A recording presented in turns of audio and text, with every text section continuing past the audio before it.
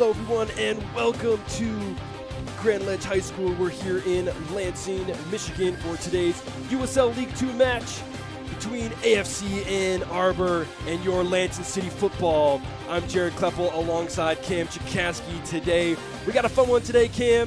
Remember these two teams split last year? I do. And first and foremost, Jared, it's great to be back here. It's been a while. I'm excited to be back in the booth with you. And I'm also excited for this matchup because, like you said, two good teams, two teams in the middle of the pack, and these teams meeting for the first time this year split their games last season. Each team won at home. Two really good games, two highly competitive games, and two teams that we know have tons of talent all over the field. Absolutely, and this is actually their first meeting this year, so we have not seen them this year yet. Just taking a look at the Lansing City schedule, you can see we have 10 matches played, 10 points, currently sitting at 2-4-4. Now, we've talked about this many times on the stream in the past, but the record, Cam, that Lansing City has is not quite, doesn't really show what their play has been all year. Yeah, absolutely. Like you said, a very mixed bag of results, and playing better than the record shows, gotten unlucky a few times. And look, that's just how soccer, that's how sports works. One moment, one instance can change a result and can ultimately change the outlook on your season. But we know this team has talent all over the field and are much better than the record indicates.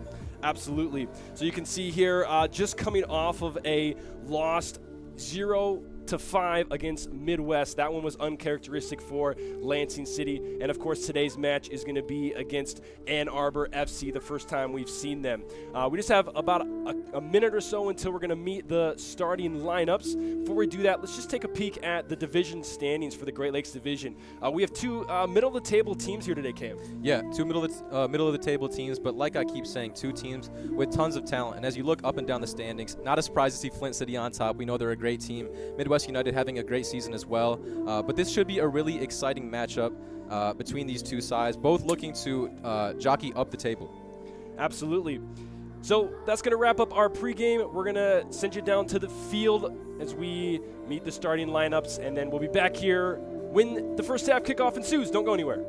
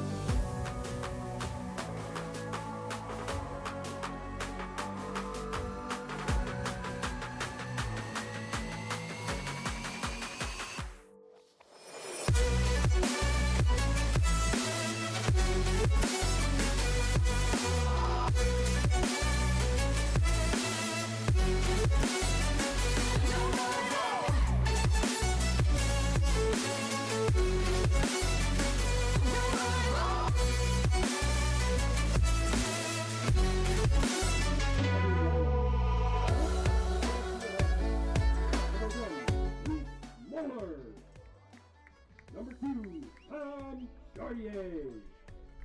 Number 8, Yago Barahia. Number 9, Salvador Martinez. Number 10, Gion Soga. Number 11, Luke Sorby.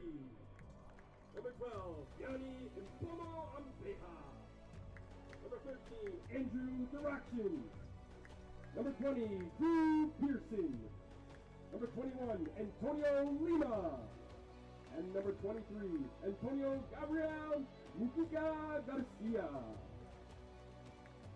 AFC Ann Arbor is coached by Lucian Popescu and Radek Aslani. And now, for your Lansing City football starters. Number 17, Mateus Cunha. Number 12, Samuel Bonavides. Number 10, Jeffrey Victoria. Number 9, Jack Dunamis. Number 7, David Nagalais.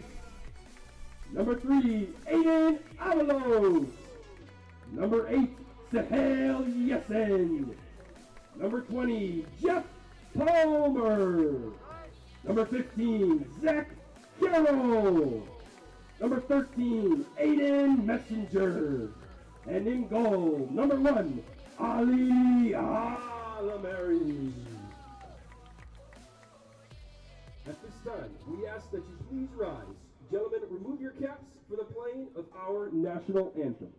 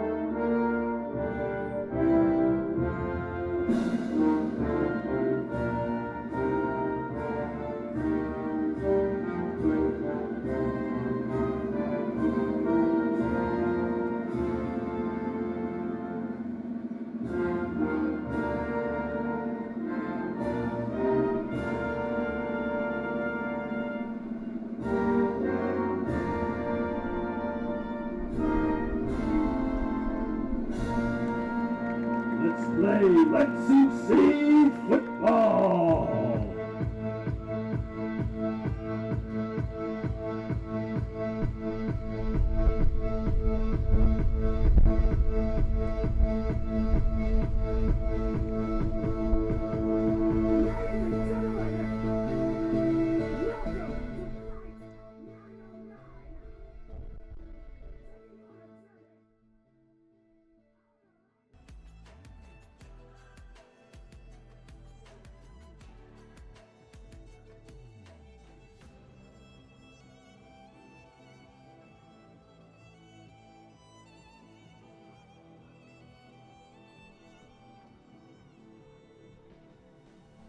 Ladies and gentlemen, welcome back to Grand Ledge High School here in Lansing, Michigan, as the captains initiate the coin toss.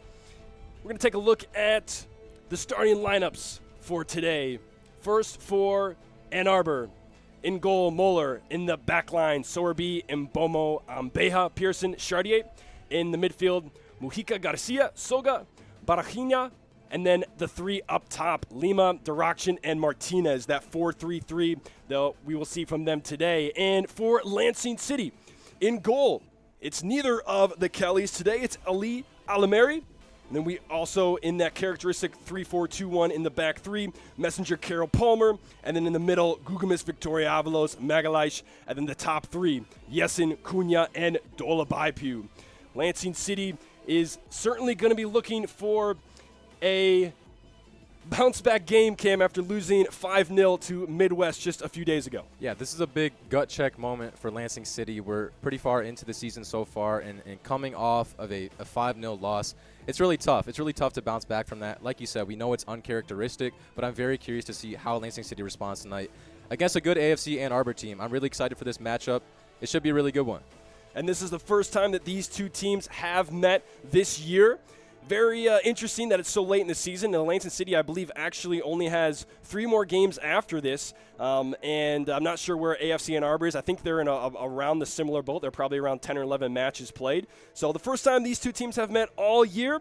Captain Jeffrey Victoria gets handed the ball. He sets it down, and the center referee is going to make his final checks as we get ready for USL League 2 action here in Lansing, Michigan.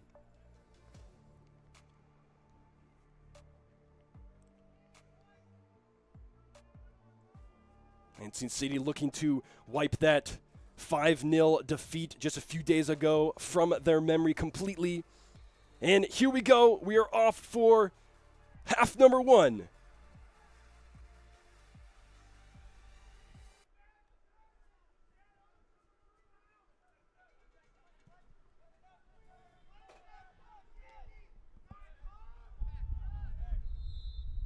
So So we have a early offsides call here. That one was against Sam Dolabaipu. Dolabaipu has been a beast for Lansing City up top. I believe he's the top goal scorer. He's had at least 2 goals in at least 2 matches this year. Of course, the last game, Lansing City had a blank slate for their goals, so we didn't see any from him, but he has been a beast up top for Lansing City this year. Some interesting matchups all over the pitch, Jared. Like you said, Sam Dolabaipu, very prolific this season, leading Lansing City in goals, but he's got a tough matchup tonight with those back two of Vianney Duran and Drew Pearson, 2 really good players, especially Vianney Duran, lightning fast, going to be very difficult to get in behind him. And for AFC Ann Arbor, I'm really curious to see how Shion Soga plays tonight. He's a guy I highlighted last year when these 2 teams matched up, and Lansing City did a really good job of neutralizing him. He didn't get many touches on the ball, and when he gets touches, good things happen for AFC Ann Arbor. So I'm curious to see how he performs tonight. Shion Soga, one of the elite players for AFC Ann Arbor, been with Ann Arbor, I believe, the last 2 seasons. I think he was on the team 2 years ago. Definitely was on the team last year. Certainly will be a name to look out for tonight. He's number 10 on the field there in green. As Ann Arbor does come away with the ball there. Lansing City defending, able to get out of that one. And if you have tuned into some of our matches in the past or have been to any of our games, you might notice the roster looking a little bit different today. It's kind of getting to that point in the season, Cam, where player availability really starts to shrink once you hit near July in USL2. Look, they say the best ability is availability, and it's tricky to stay healthy and fit throughout a whole season. So a lot of these guys in the starting 11 gonna get a lot of run tonight, but that bench, you can look over and see how thin it is, but the bench guys are going to be so crucial if Lansing City wants to win tonight. And now a shot coming from, I believe that was 21 Antonio Lima. Testing goalkeeper Alamuri for the first time. That's a new name in goal, Ali Alamuri for Lansing City. No Zach or Blake Kelly in goal tonight. And that'll help build his confidence early. It's a simple save for him, but like you said, not the typical keeper. So to get one early on, help build that confidence is really big for Alamuri. This ball long coming in over the head of Jeff Palmer. That's also a Lansing City player we typically see come on as a substitute in some recent games, but he's getting the call at right back today. That back line, you might notice 2 key names missing, James DeCosmo and Josh Adam. Both not in the lineup today. We have Messenger Carroll and Palmer back there. Ann Arbor looking to establish some kind of possession and foothold in the game. Nice ball there, and this one coming through. Messenger needing to deal with it. He's got pressure on his back, and he just shields it out, lets it roll over the end line.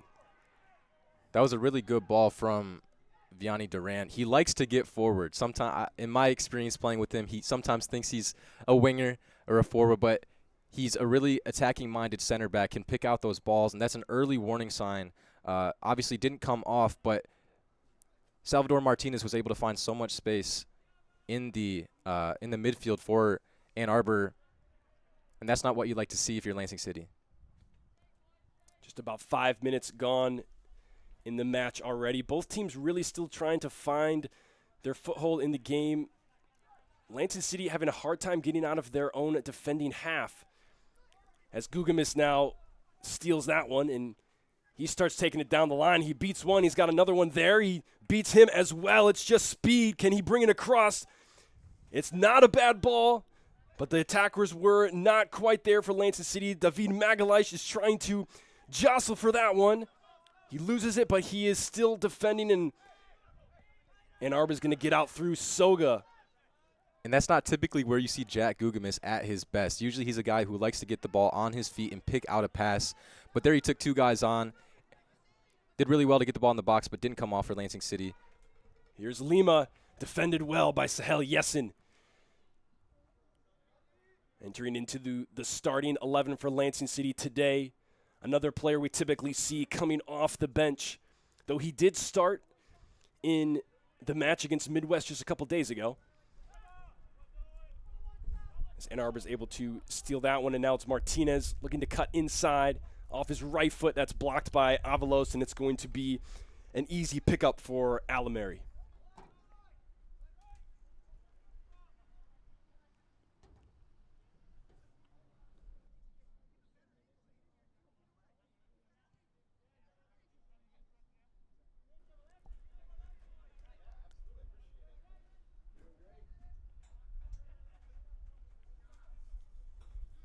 Here's Gugamis again, opening up the game for Lansing City, looking for a through ball. Ooh, he had Victoria there. If he was able to get it past the likes of Luke Sowerby. But now Ann Arbor on a counter here through Diraction. This one coming over to the other side of the box. Lansing City got off with one big time there, Jared. Antonio Lima completely free in the box. Slips after taking that first touch. Not sure where the defense was. And like you said, missing two key defenders. That back three is really going to be tested. And early signs, it's looking a little bit shaky so far. I think in this kind of a game, Cam, when players who are not typically starting are prevalent in the starting 11, you really start to see what the team is made of, what the culture of the team has been, not only for the players that are coming on, but for the players who are usually starters, and they are now working with players who haven't typically been in the starting 11. Absolutely. Like you said, missing guys here and there, it's difficult because consistency is so important in everything, in sports especially. And like you said, getting used to playing with certain guys. We know these guys are talented, but sometimes it's difficult to plug and play. Sowerby with a shot there. Had a little more space to the far post, it looked like. And just to finish that thought there, Jared, like I was saying, it's difficult to plug and play sometimes because different guys have different ways that they like to play, different tendencies. And so Lansing City is going to be tested here tonight. That resiliency and that depth will be shown. As Dola Baipu is not able to chase that one down. Interestingly enough, the changes for Lansing City all in the defense and backwards. The midfield and attacking unit for Lansing City is all typical, all very standard of players that we've seen start for Coach Marco Bernardini this season. So it's really on that defensive end that we're going to see what Lansing City is made of today. That's a great touch there from Salvador Martinez, and unfortunately his teammate on the far side, I believe that was Chartier. But once again, it's that connection between Vianney Duran and Salvador Martinez. Martinez able to drop in deep into that midfield. And Sahel Yessen needs to be a little bit better at tracking back. I understand that playing as a wingback of sorts is not fun. I've had to do it myself, and you're running up and down the pitch. You're responsible for being in the attack and getting back and playing defense. Don't get me wrong, it's not the most fun job, but it's absolutely crucial because that ball almost came off and Ann Arbor almost got on the attack. It's especially difficult in weather like today, clocking at 82 degrees right now. We have a bright sun, surely going to be a few degrees warmer out there on that turf. We talked about this in some of the last few home games. We had that 7-day stretch, 3 home games, and I think every single day we either at some point in the day clocked in at 90 degrees or close to. So this has been a theme, and of course it's something you expect, Cam, playing in the summer, you know? Absolutely. That turf, it's so much hotter on that turf. I've had times where the bottoms of my cleats have been melted from playing on that turf. Yessen has some space here. He's going at Impomo on Beja. Takes a touch inside on Beja. Was able to get that one away. And now Gugamis with the cross to the far post. He's looking for Captain Jeffrey Victoria. It was too far for him. And I'd like to see Yessen be a bit more decisive there, taking his man on. We saw him last year playing for South Bend. We know he's a talented player, one of the best rookies in the USL League 2 last year. I'd like to see him be a bit more confident in himself to take on that defender and get a shot off.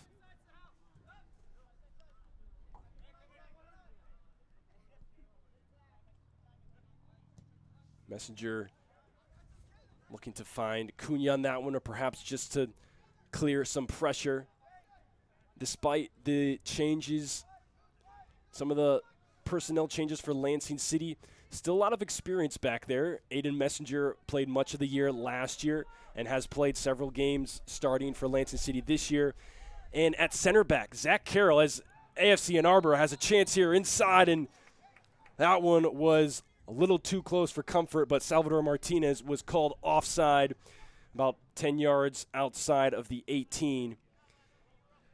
But as I was saying, despite some of the changes for Lansing City, in center back, Zachary Carroll, the only player for Lansing City to have USL championship experience. Yeah, just finished an 8-year professional career. We know he has boatloads of talent, boatloads of experience, and especially for a back line and a goalkeeper that are rotating in this game, having that experience back there is so important, so pivotal.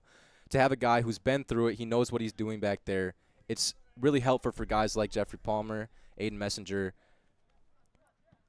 to hopefully perform well and get a win tonight. So Magalhaes looking to take one on here. Plays a ball over diagonally. I think he was looking for Mateus Cunha there. Looked like that ball was kind of bouncing a little bit away from him. Not something we typically see from David Magalhaes.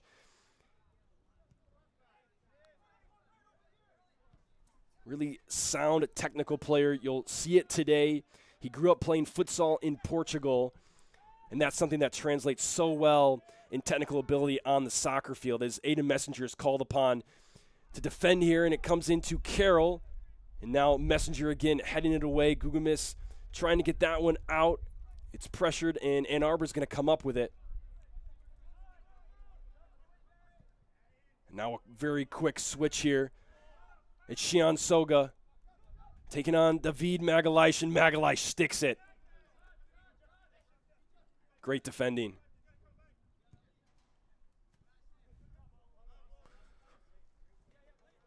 I'm going to go off the boot of Dolabaipu for an Ann Arbor throw-in. I've been very impressed, Jared, early on with Ann Arbor's ability to find their wingers in space and getting them one-on-one opportunities. That's a defender's worst nightmare when you have a defender, especially a guy like Xian Soga, running at you. And it's coming from the wingback's lack of willingness to get back and defend. Now here's a left-footed strike. But once again, that's another chance that comes from the wide spots. That's Antonio Lima, I believe, with that shot. But when guys like Lima and guys like Soga are getting on the ball with a chance to run at their defender, eventually something's going to break. Lansing City certainly have been under pressure the majority of this first 13 and a half minutes, but we have seen some moments and a opportunity wasted on the side there as Cunha was getting doubled. And that's something, Cam, that we have seen from Lansing City this year. Some of their best attacking opportunities have come from combinations on the wing. We got David Magalhaes, Mateus Cunha, even Samuel Dolabaipu, Jeffrey Victoria, Aiden Avalos combining on the wing. And we saw it a little bit earlier. There was a play, I can't remember who it was. I think it was Magalhaes and Victoria played it, and a first-time ball up towards Dolabaipu. And that's where we've seen Lansing City be dangerous. And we haven't seen much of it today, mostly being controlled by Ann Arbor. Yeah, not many attacking opportunities thus far for Lansing City. Not many touches for Sam Dolabaipu, which head coach Marco Bernardini will not like because, as you touched on earlier in the broadcast, he's the leading scorer this season for Lansing City. So need to get him more touches and get him more opportunities like the one right here. Speaking of, here's Dolabaipu. He has an opportunity here. We've seen him score in moments like this. That looked like it was a handball, and it's going to be a handball as center referee pulls into his pocket to issue the caution against what looks to be AFC Ann Arbor's center back. That might be Impomo Ambeja. Well, right on cue, Jared. What was I saying? Get Sam Dolabaipu more touches on the ball. Just a little bit of chaos. He ran in behind, and Vianney Duran did well to recover, but Dolabaipu kept the ball under his control, got the shot off, and now has a chance to send Lansing up 1-0 against the run of play.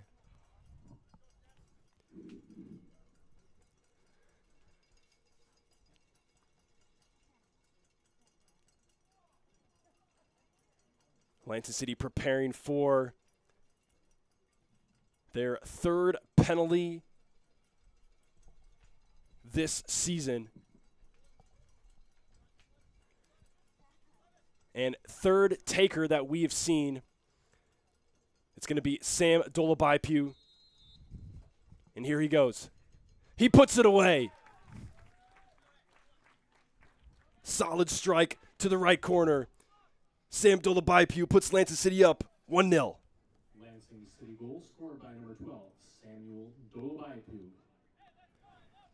Like I said, Jared, that was completely against the run and play. Much of the attacking play has been in favor of AFC Ann Arbor. But that's all it takes sometimes is giving your guy a chance. Let him do what he can. See if he can make something happen. And right there we saw Dolabaipu win the pen and score the pen. And despite the lack of attacking opportunity, you could say it's a pretty good overall starting 15 minutes for Lansing City. Certainly taking advantage of the opportunities that have come their way. That was definitely their best chance. I think maybe they had one other time near the box. And on that one, it was Dolabaipu with the touch and the turn, muscling the defenders, getting the shot and getting the handball called on the Ann Arbor defender. So Lansing City goes up 1-0.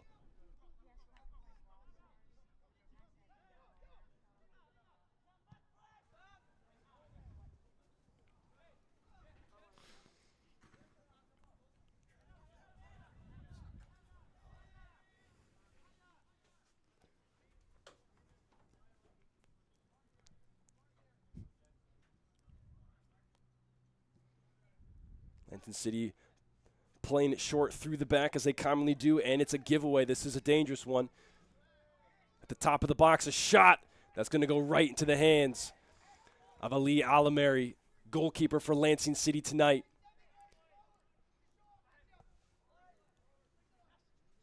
Barahinha is probably going to want that one back. Yeah, absolutely. But that was just a silly giveaway by Jeff Palmer. I understand in today's game you always want to keep the ball. It's something we see from Pep Guardiola. He's completely changed how football is played at almost every level. And I understand. But there are times when it is just best to get rid of the ball. Relieve that pressure, especially this back line plug and play tonight. It'd be really good for them to just get the ball out, see what Sam Dolabaipu can do up top, rather than giving up a sloppy opportunity like they just did. Now here we are, 18 minutes into half number one. You know, Cam, if you're AFC Ann Arbor, what are you thinking right now after giving up that PK? Well, of course, I'm a little bit frustrated because they were the better team to start this game, and we saw all it takes is that one chance for something to happen. But I'm frustrated but also encouraged because they have been overall the better team, and that doesn't change just because of the goal. If they keep putting that pressure on, keep testing Alameri, I'm sure he's got 3, 4, maybe even 5 saves so far. Keep putting that pressure on to see something will happen eventually. But just continuing to play how they are, keeping that press high, because we just saw a sloppy turnover. So overall encouraging, at the same time a little bit frustrating.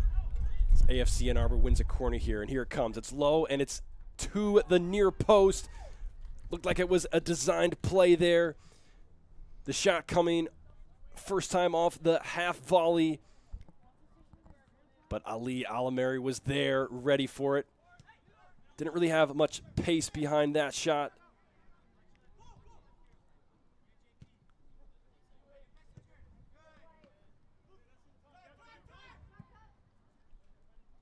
Dolabaipu wins that header. Now to the foot of Cunha.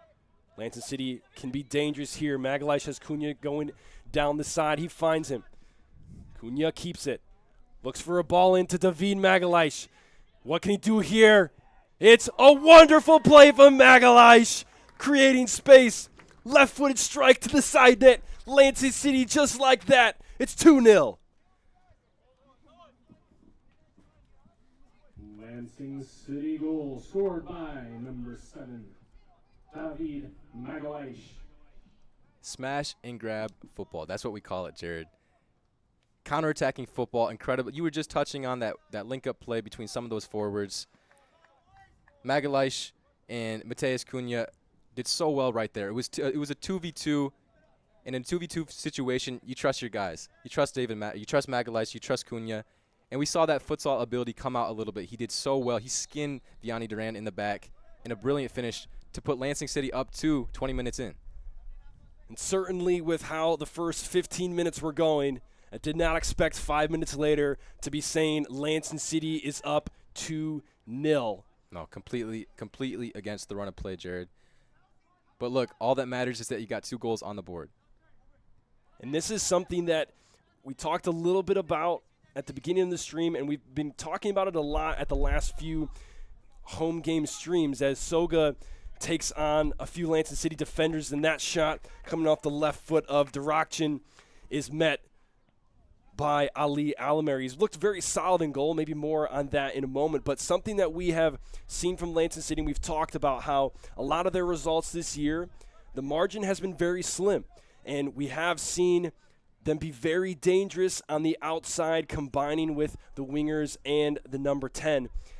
And Cam, this time it happened between David and Cunha. This is something that we have seen the building blocks of all year, and this is the first time we've seen it play out exactly how they wanted it. Yeah, it finally came off. Like you said, it's been a year of ups and downs, of unfortunate bounces, of late goals conceded, and finally, for once, maybe Lansing City's getting a little bit lucky, right? That was brilliant play, as we talked about. But it's really good for it to see it finally come off. And despite this so-and-so start, getting those 2 goals, it shows the resiliency of this team. This team lost 5-0 just a few days ago. And this late into the season, it could be so easy to just check out mentally. You're not really competing for the league anymore. You're kind of stuck middle of the table. It could be so easy to go out there and just go through the motions.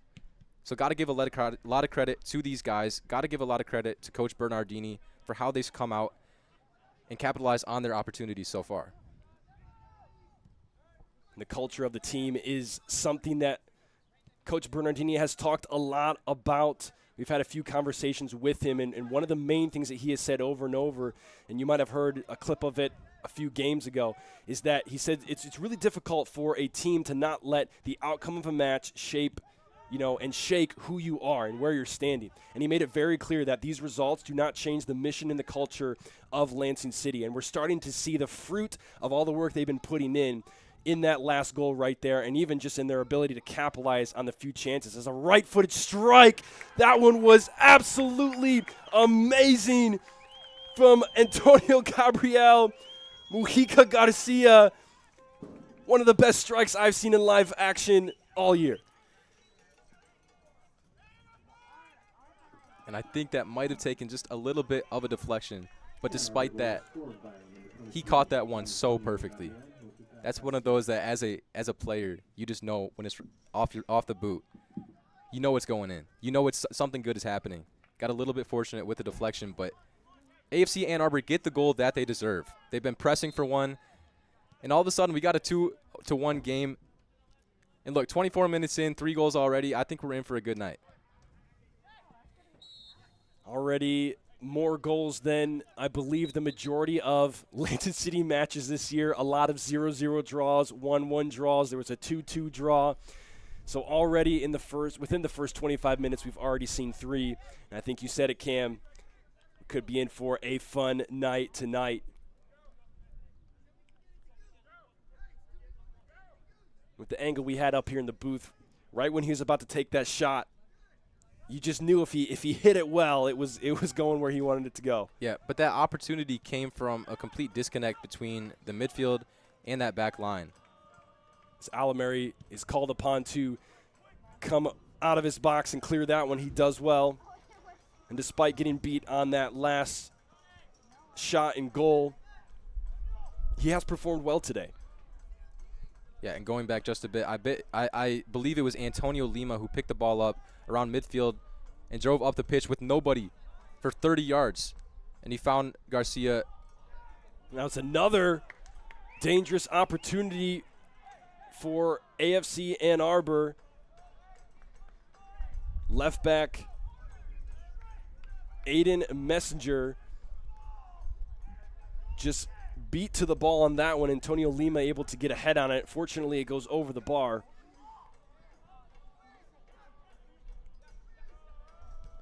But despite Lansing City being up 2-1, we have seen really too many defensive lapses and too many attacking opportunities for Ann Arbor today.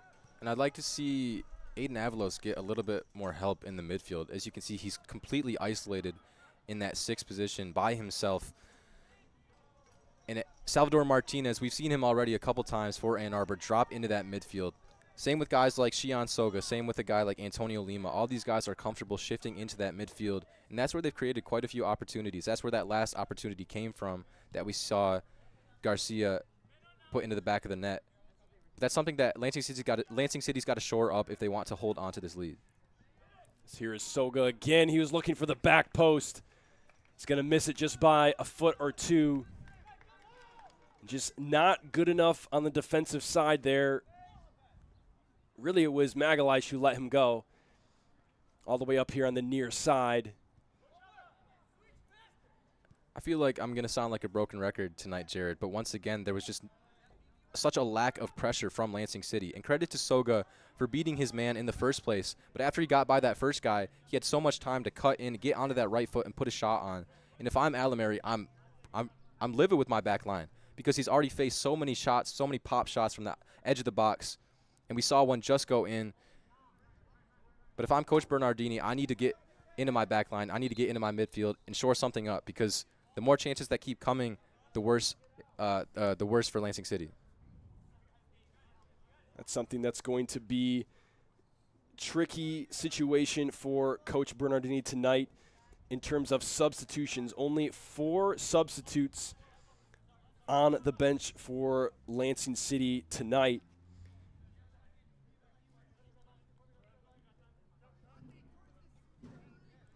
Limits his options there as Ann Arbor look to switch the field of attack, and Yessen does well to thwart that one. He's trying to go on a bit of a counter for Lansing City.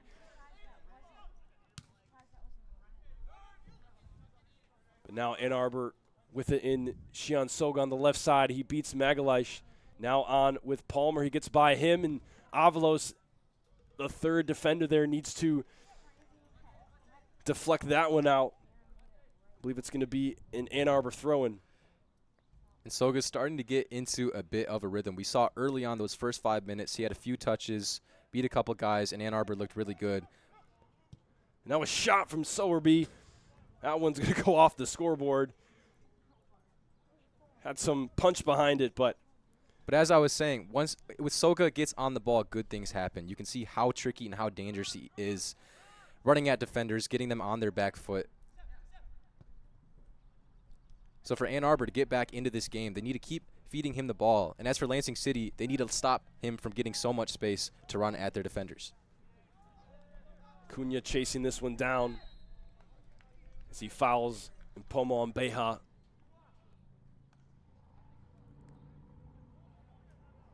Receiver of the caution earlier in today's game, the first goal. A PK earned by Samuel Dolabaipu and finished by Samuel Dolabaipu. Now Sowerby with loads of space here on the near side.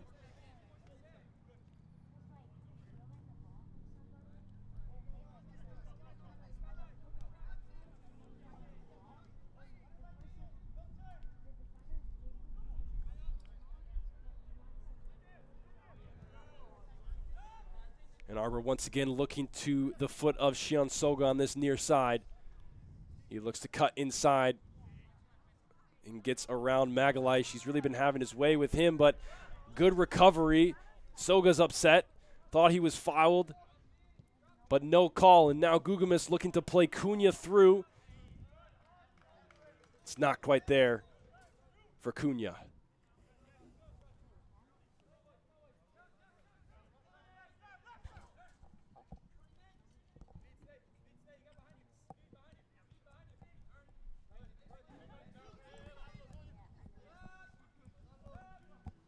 And now Soga again with the ball down this near side. Takes a touch inside. A little chip to the penalty spot. Yesin doing very well to get back there. That was a much better sequence from both wingbacks, Jared.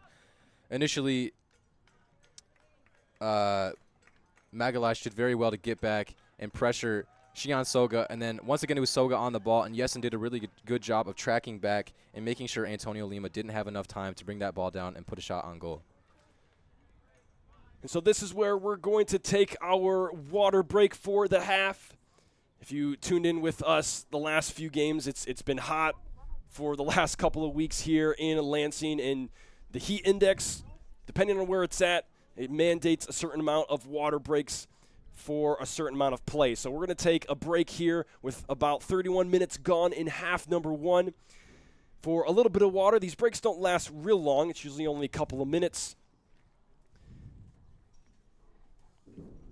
But currently we have Lansing City with the advantage.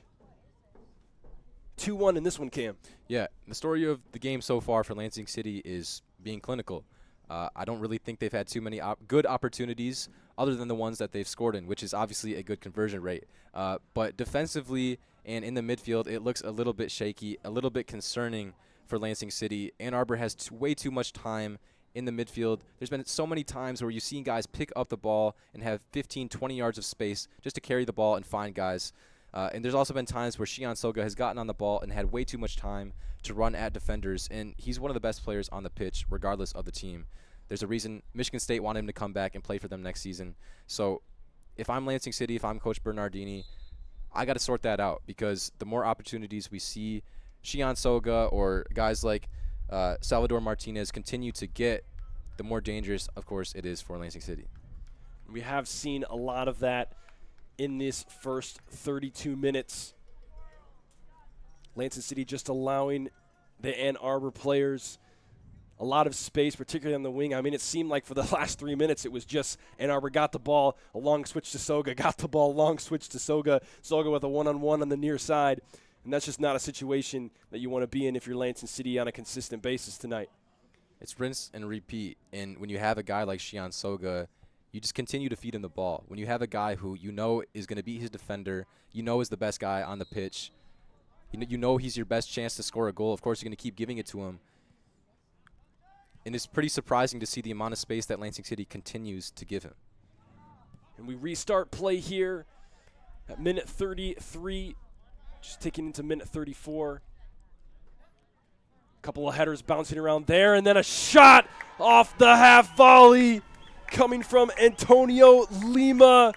Lansing City shocked right out of the water break. It's 2-2. Ann Arbor goal scored by number 21, Antonio Lima. Well, Jared, there's not much to say other than take a bow, Antonio Lima. Getting the ball out in front of him and then hitting that from outside the box, putting it over Alameri in goal. I mean, we've seen 2 goals from outside the box for Ann Arbor, 2 complete screamers. And like we've said, like we've hinted at throughout this entire half, it's been coming. It was only a matter of time before one of those or 2 of those crept in to the back of the net. And this is a real gut check moment in the game, in the half for Lansing City. Now, Lansing City with an opportunity here. A little ball into Dolabaipu. Are we going to get another one? We are. It's his second goal of the night. Not even 30 seconds after the kickoff there. Again, Lansing City with some opportunity down the wing. And Magalish finds Dolabaipu. It's 3-2 Lansing City. Number 12, Samuel Dolabaipu. That is the mark of a great striker, Jared. So few touches. I could count probably on one hand how many touches he has in this game, and yet he has 2 goals. That's a guy like Erling Haaland we see, Harry Kane. Strikers aren't always touching the ball, and their impact is what can you do when you do have the ball. That's fox in the box type stuff. A really good finish to put it over the leg of Muller in goal, and an instant response from Lansing City. I can hardly believe what I am seeing in front of me. It just keeps getting crazier. We started off with Lansing City being dominated, next to dominated in the first 15. Then they get 2 goals in 5 minutes. And then finally AFC breaks through twice with 2 amazing strikes. And then less than 30 seconds later, Lansing City takes the lead back. Well, I picked the right game to come back to, Jared. You absolutely did.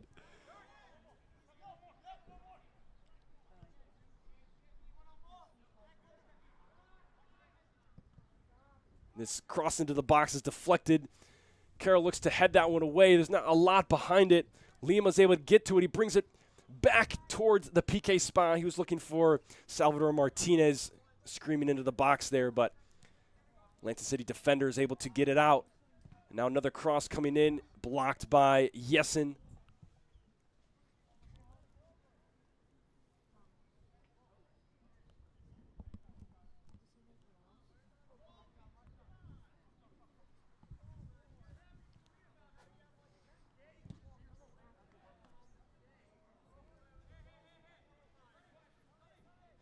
Just honestly a bit stunned right now, Cam. No, absolutely. It's not often you see 5 goals in a game in soccer, let alone a half. And especially the quality of the goals, too. Obviously, there was the penalty. But both goals for Ann Arbor have been from outside the box, really good hits. And even the 2 goals for Lansing City. We saw Malagash completely skin his defender in the box and put his finish far corner. And then Sam Dolabaipu, that's what you do as a striker. For any young strikers out there watching right now, it was a perfectly timed run in behind. One touch, put it far corner. And that's just completely, that's what we call clinicality. I don't know if that's a word, Jared, but clinicality there. It sounds like it. It sounds like one. It sounds like it. He's got that clinicality today. The clinical touches from Dolabaipu. Just a moment ago, we saw center official speaking with Jeffrey Victoria for Lansing City. Not exactly sure what that one was about, but play continues. As Ann Arbor look to open up the game on this near side. It's Luke Sowerby with it.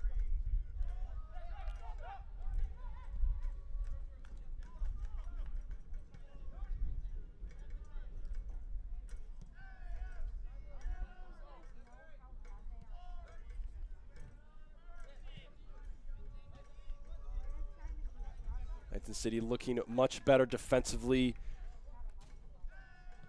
in this little spell of possession for Ann Arbor, as that one is going to be kicked away and over the end line. Lansing City will restart with a goal kick. Well, they've looked better because Malagash and Yessen have been doing their jobs as wingbacks and tracking back. Same with Jack Ugamis and Jeff Victoria. They've kind of been absent defensively. Going forward, we know what they can do, but from a defensive standpoint, they need to be much better, and we've seen that in these last couple of minutes since they conceded that second goal. And this boot from Alamary, looking for the head of Dolabaipu. Second ball. Avalos not able to win that one. Palmer hits it. Victoria's fighting for it. Gugamis ends up with it. Yessen with a touch inside. He's going to get fouled.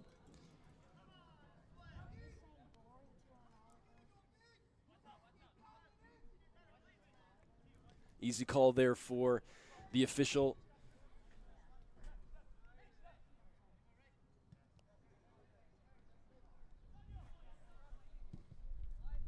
A long one from Cunha looking for Magalhaes, and Victoria is there as well. Victoria just too big of a touch. Perhaps Magalhaes can win this one back. He does. He has Dolabaipu with him, a left-footed strike. That was well wide, but it did have some curve on it. Couldn't quite get his hips around enough. The goalkeeper Reese Moeller was there. I don't think Magalhaes could have got enough on that to, unless he was able to somehow scream that back to the back post. I don't think he was going to beat Moeller on that one.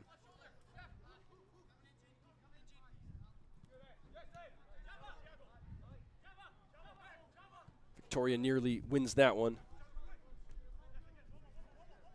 But Ann Arbor able to reset through their back line.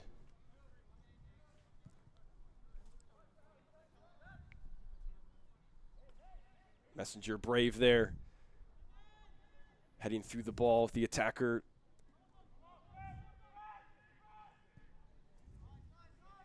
Right on him.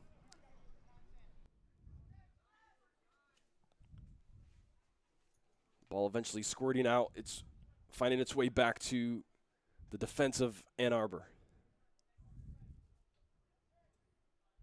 Great step there from Messenger.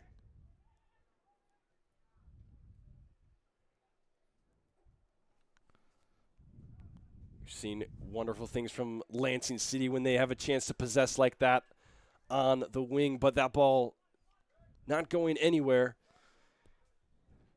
And since conceding that second goal, the structure defensively for Lansing City has been much better. You can see it right now. It looks like a back four because Yessen sliding into that sort of left back sort of position. But even Malagash getting back defending much better. And I said about midway through the half that I'd like to see Avalos get a little bit more help in the midfield because he's completely isolated in there. And while it has been just a few minutes, it's been really nice to see. I'm not sure if Coach Bernardini said something, but it's been really nice to see Lansing City look a lot more sound defensively.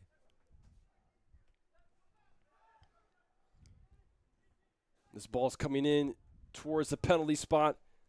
Messenger was there. Gugumis was also there.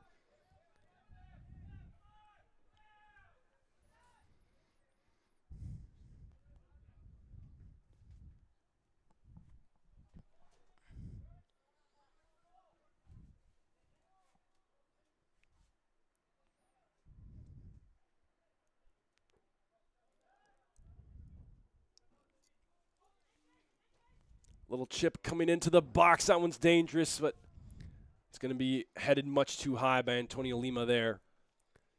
A really good ball from the captain, Luke Sorby. That's a difficult ball to play, to find your striker in between two center backs.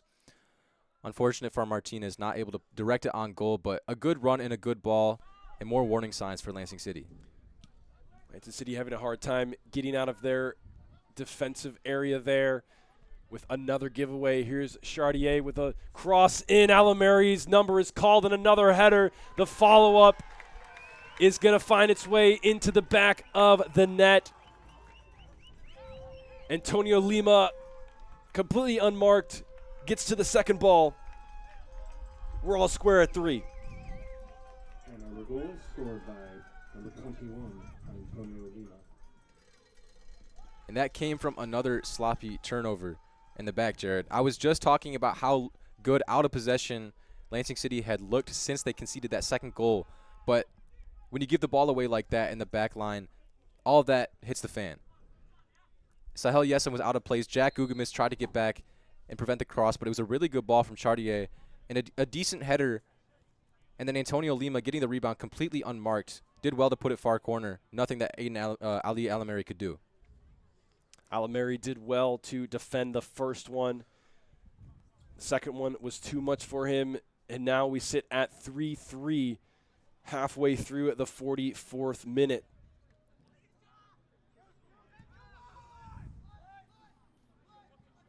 This one's going long for Magalhaes. Can he keep it in? He does, and he's going to win a throw.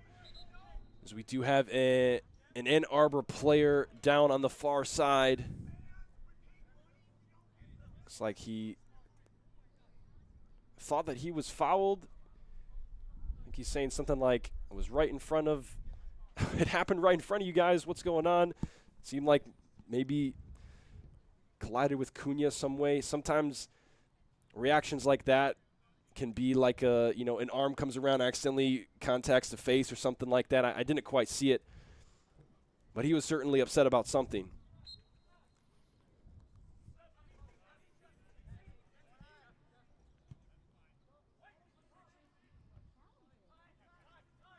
See if Lansing City has anything left up their sleeve with just 30 seconds left in the first half, as Magalhaes with a cheeky nutmeg there was looking for a ball to Victoria on the diagonal run, but now it's Ann Arbor looking to counter, and Victoria just creams that one up in the air. And now Gugumis looks for Sahel Yessen. He is onside. Ball back to Cunha. Cunha into Gugumis. Gugumis with a shot. That was a great strike from Gugumis there. Lansing City wins themselves a corner here as we tick into extra time. Still waiting for the official signal.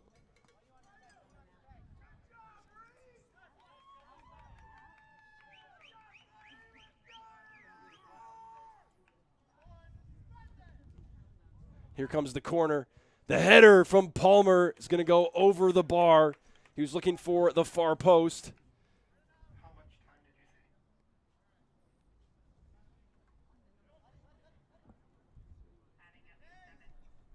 And we are getting confirmation it will be at least 7 minutes added to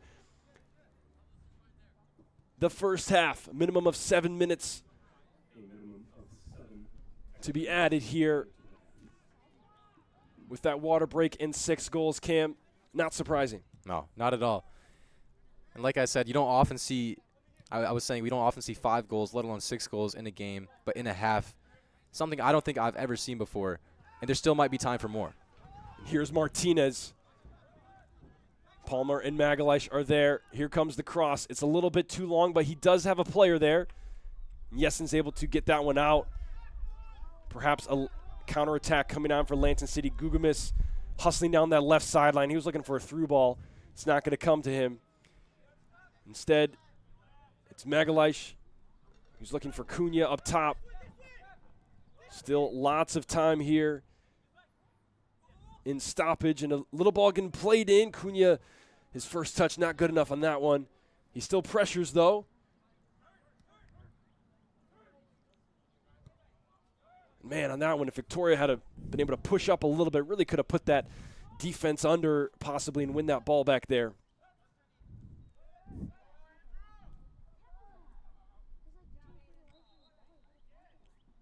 Messenger wins that one. It's going to be a throw for Lansing City.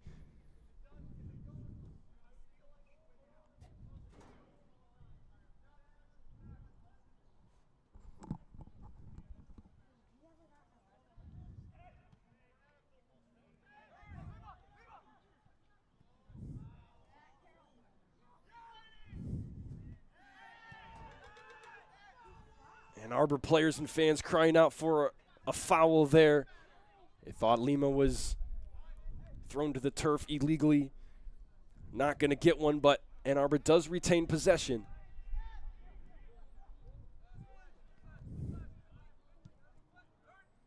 Here's Sowerby. Ball inside, and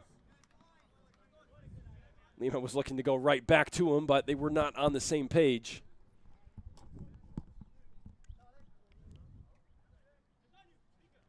Three minutes gone in the minimum of 7 minutes.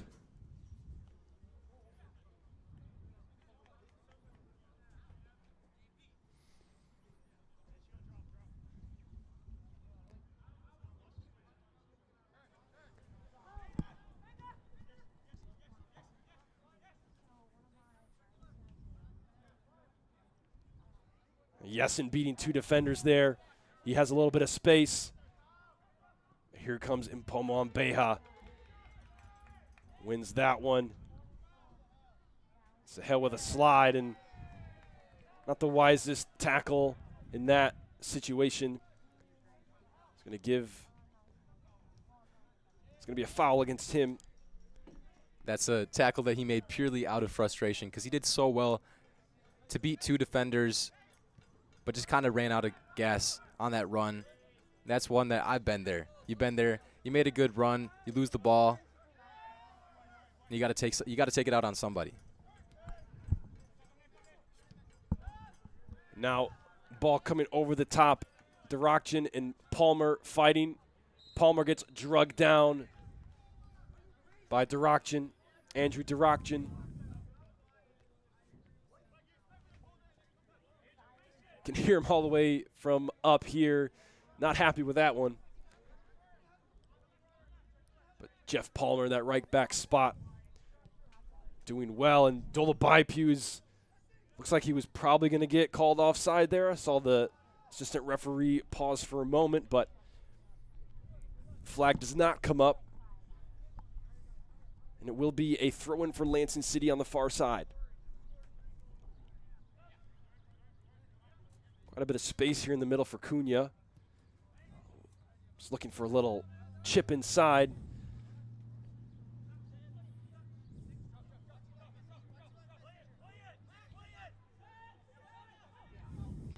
Ann Arbor would have been on the attack there.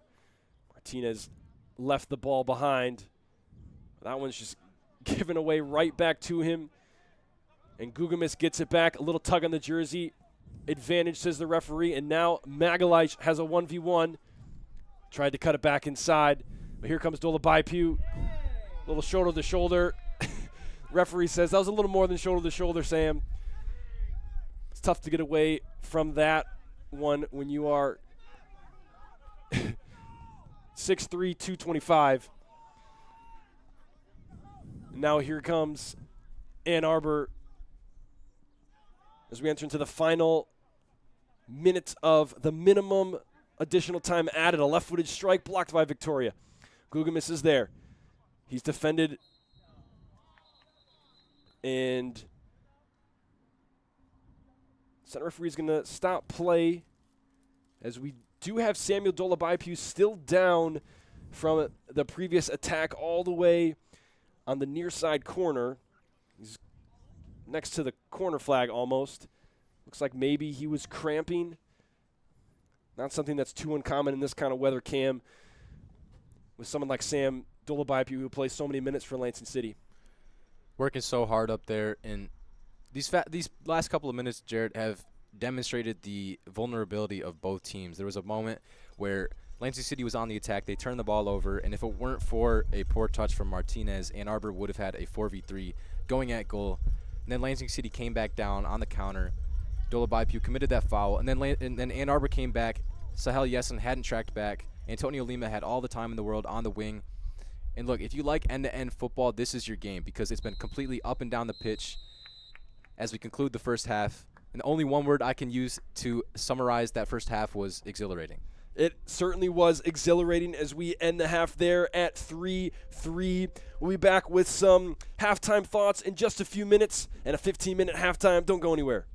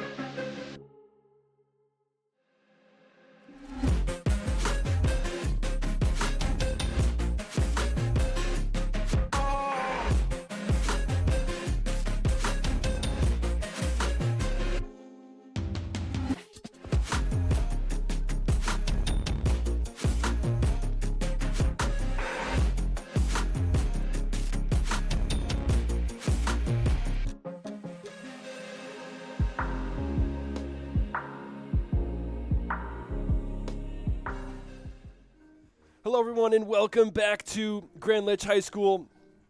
We're here in Lansing, Michigan. Today's USL League 2 match between AFC Ann Arbor and Lansing City. We are deadlocked at 3 apiece after 45 minutes of play. Cam, that first half, we've been talking for like the last 10 minutes. What do we say about that first half? It was so interesting. It was very entertaining. What are your thoughts on that first half, Cam? Well, it reminds me of a game I watched a few years ago between Liverpool and Chelsea. Liverpool went up 2-0 in the first 20 minutes, and Chelsea got back into the game through one of the best goals I've ever seen from Mateo Kovacic.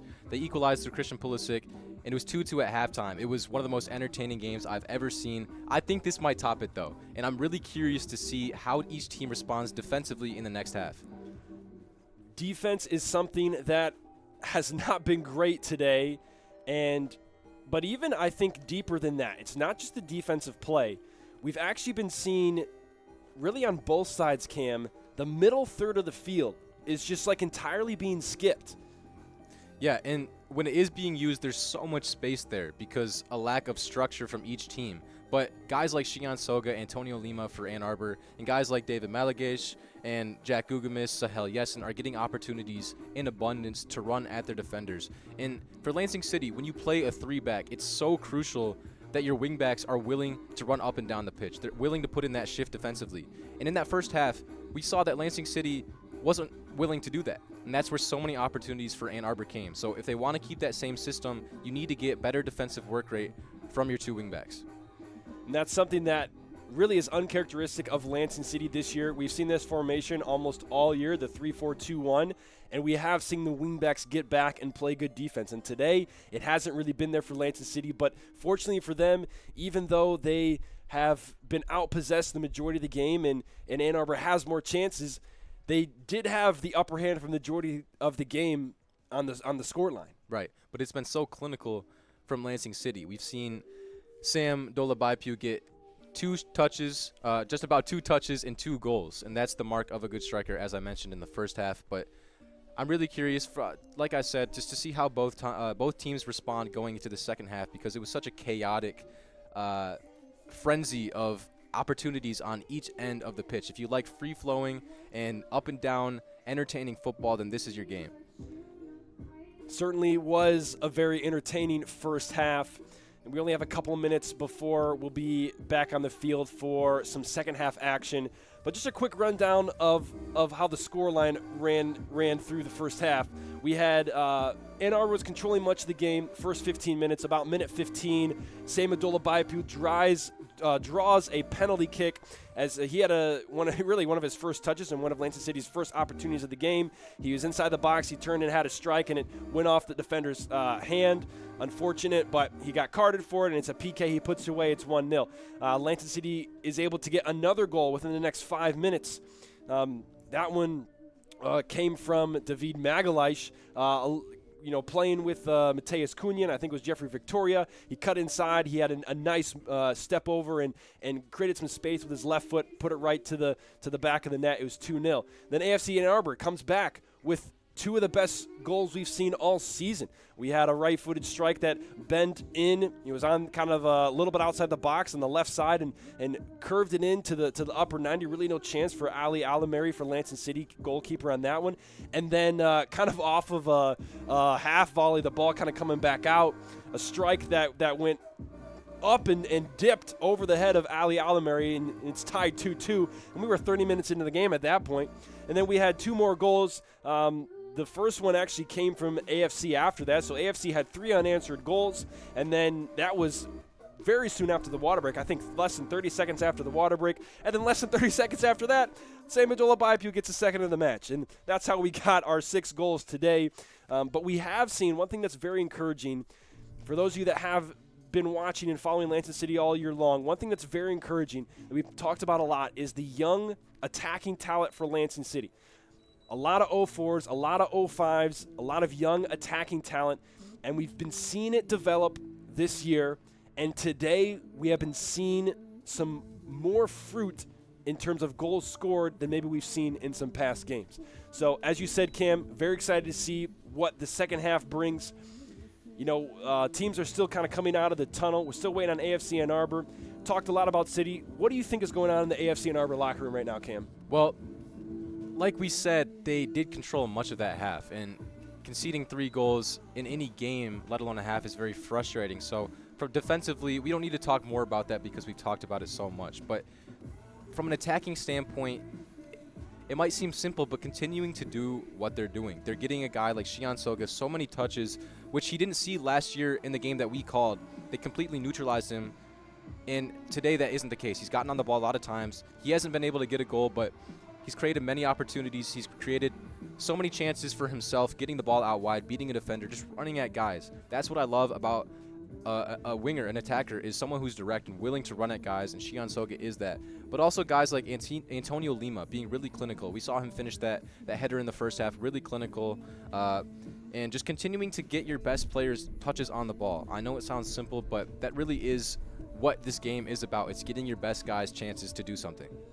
We'll see how AFC Ann Arbor comes out of the locker room for the second half. We'll be returning to second half action in just a moment, so don't go anywhere.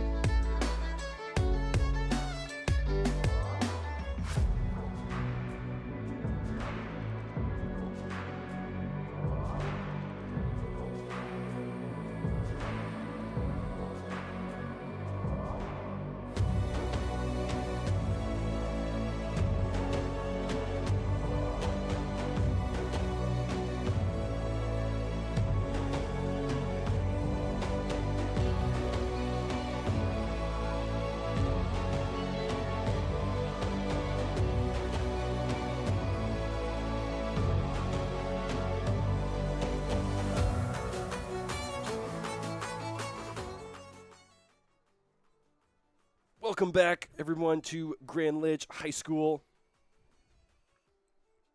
here in Lansing, Michigan for second half action in today's USL League 2 match. We are off and away, AFC Ann Arbor versus Lansing City football. It's 3-3 to start half number 2. If you watch the first half, so many goals, so many attacking opportunities, really for both teams. And if you missed that first half, wow. Alamary came out for that one. Looked like he clipped his own defender. I think that's Jeff Palmer.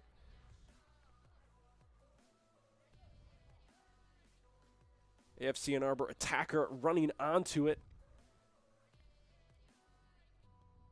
Kind of an early scare for Lansing City. Players still down. Of course, Alamary really just has to do what he has to do coming out for that one. Jeff Palmer also with the same mindset. Sometimes that causes a collision. And he gets up. It looks like he's going to be all right. But if you missed that first half of soccer and you like watching soccer with a lot of goals, I'm very sorry you missed 6 goals in one half. I don't know that we're going to replicate it here, but we'll see. That's how it was in the first half, as Carroll just dribbles that one right into the defense. Don't know what he was doing there, but now here comes a shot from Mujica Garcia, and it's not something we see Zachary Carroll do very often. No, and that's as about a bad of a first minute and a half that Lansing City could have possibly had. They're Without lucky- conceding, right? Yeah, exactly, without conceding. They gave up a chance to direction that if it weren't for his touch being just a little heavy around the keeper, he has a tap in. And then I'm not quite sure what Zachary Carroll is doing right there, trying to dribble out of the back and giving up a good opportunity, and lucky to get away without conceding one early on in the second half. Very curious to see how play develops here in the second half with such an interesting and dynamic first half, and some of the things we talked about during the break. Just that one of the key markers, Lansing City's wingbacks not getting back, and really for both teams kind of skipping over the middle third of play, and not because both teams are trying to play direct, but just because of a lack of defending and pressure. So very curious to see how the second half will develop with those things certainly being addressed by both coaches. And, of course, for Lansing City, Marco Bernardini, what he had to say is Dolobaipu looked like he was maybe going to get on a dangerous half volley there. Couldn't really get much on it, though. Gugamis takes that one away. Careless ball from the back line, and Cunha not able to shield the defender. And now Ann Arbor looking for a switch to Shion Soga once again on the far side. He looks to drop it into the box. Messenger has two attackers there.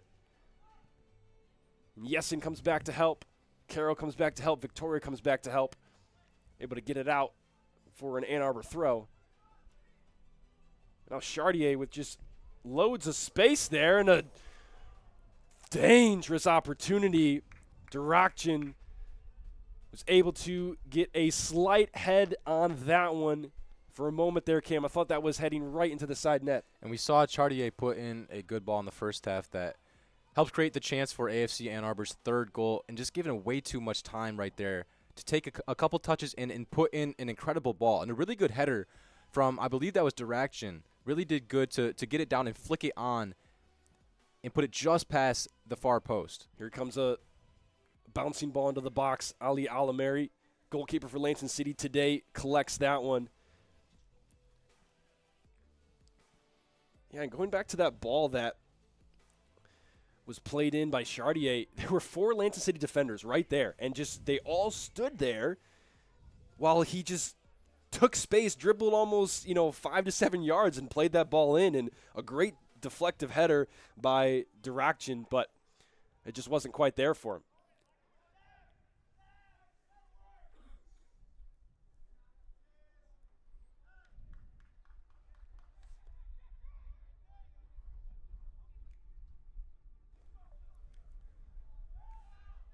Here's a ball in. Palmer doing well to shield that one. He's fending off the likes of Salvador Martinez. Saw a lot of him in the first half for Ann Arbor. Here's Lansing City trying to play through the back. It's Gugamis, Magalhaes, trying to find Cunha. Just not much going for them in the midfield. Yesin trying to swim through defender there, and it's going to go the other way. Yeah, I don't know about that. I don't know about that one, Jared. I don't know about that one. I think the center official might be the only one who knew about that one.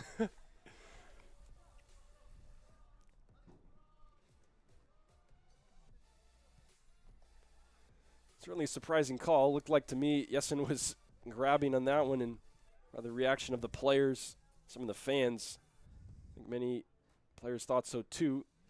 Lansing City switches the field of attack. A little ball in, looking for Dolobaipu.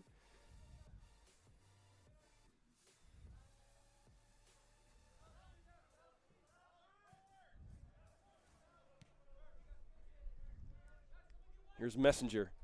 Messenger looking for a little ball in. Was near the back of Dolobaipu, maybe trying to get to Victoria. Not his best ball.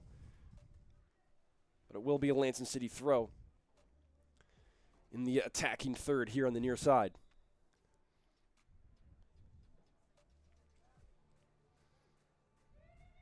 Sahel Yesin to take this throw. Looking for Dolobaipu. Dolobaipu just using his strength and now trying to muscle his way through. It's a great strike.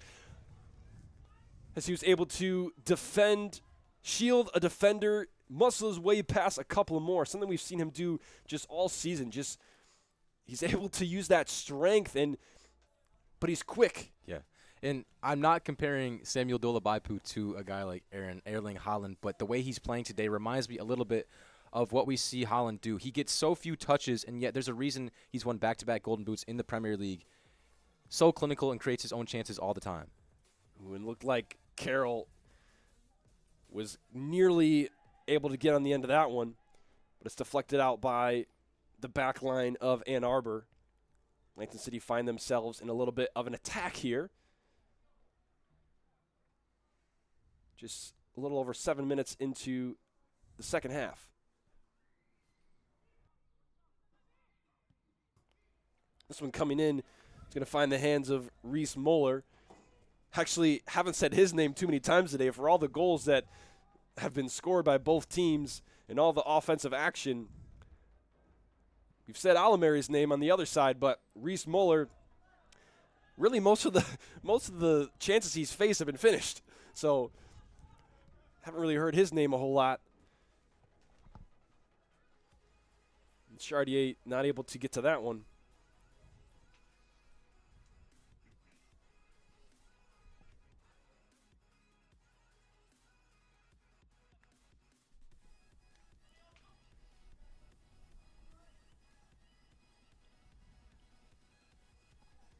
Avalos fighting off a defender there.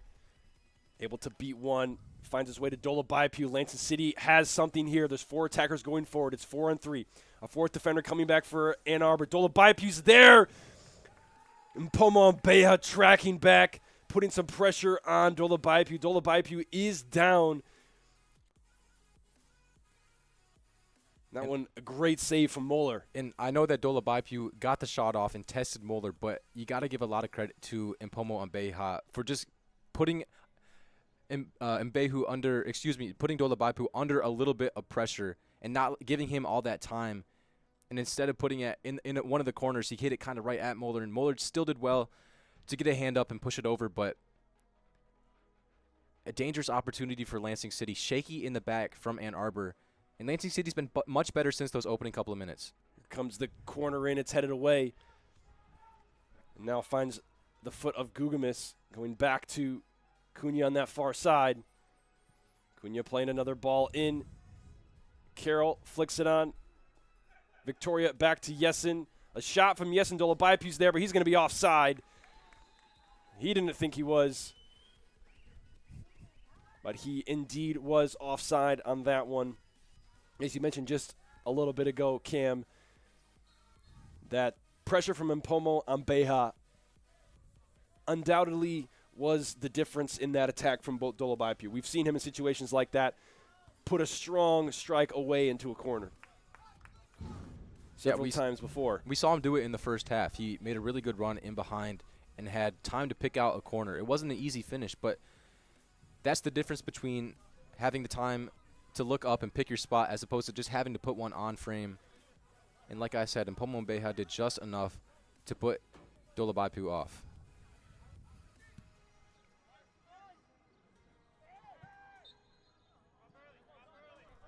Victoria going to get whistled for that one.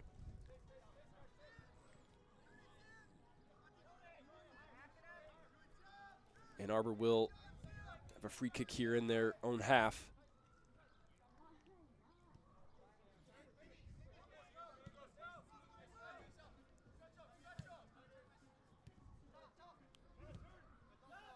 All ball over the top being played down the sideline to Tom Chartier. Looking for a cross. Zach Carroll's there. He's able to win it. Looking for the ball up the sideline, but it's right to Martinez. Martinez flings it back in. Magalish, it's over his head. He now has to defend. Victoria has to defend. It's good pressure from Lansing City. A little chip inside. Messenger has to get that one out. Now Gugamis trying to bring it down. Unable to do so. Instead, it's Mujica Garcia. Now a ball inside. Avalos clearing that one. Throw taken quickly. And Ann Arbor hastily finding themselves to the other side. And here comes a shot from about 30 yards out. Looks like that was Mujica Garcia with that screamer of a strike. It does look like he is going to be heading off the pitch along with Tom Chartier, number 2, as Ann Arbor makes a couple of subs here. So we're going to say see you later to Antonio Gabriel Mujica Garcia as well as Tom Chartier. And instead we're going to see, can't quite see the number yet. Looks like that's going to be, I think we have number 3, Chris Naker, who subbed into the near side. And then I think the other one was going to be number 15, Charlie Lacey. As here's Martinez in a dangerous spot, nearly making it to the 6-yard box before blasting it over the goal. Number 3, Chris Naker, and number 15, Charlie Lacey. So the first substitutes of the game coming in here in minute 58. Charlie Lacey, Chris Naker coming on the pitch for Ann Arbor. Really, Cam, both sides with thin benches tonight. Yeah, these subs could make a huge difference. Like you said, thin benches, but also just the climate, playing on that turf in this hot weather. These subs could be the difference between winning and losing tonight. So a big moment for Naker and Lacey to make an impact and try and help Ann Arbor get a win tonight. A header from Victoria. He was looking for Magalhaes on the long switch from Gugumis. What can Lansing City do here on the sideline? Victoria turns it inside. A little ball into Gugumis. It's not an easy one. He has to chase it down, and just a miscommunication between him and Jessen on the sideline. Jessen looking for a through ball. Gugumis looking for him to check to feet, to play to feet there. They give up possession in the attacking third. Messenger's going to get it whistled for that one. He looks confused about it. I'd have to agree with him.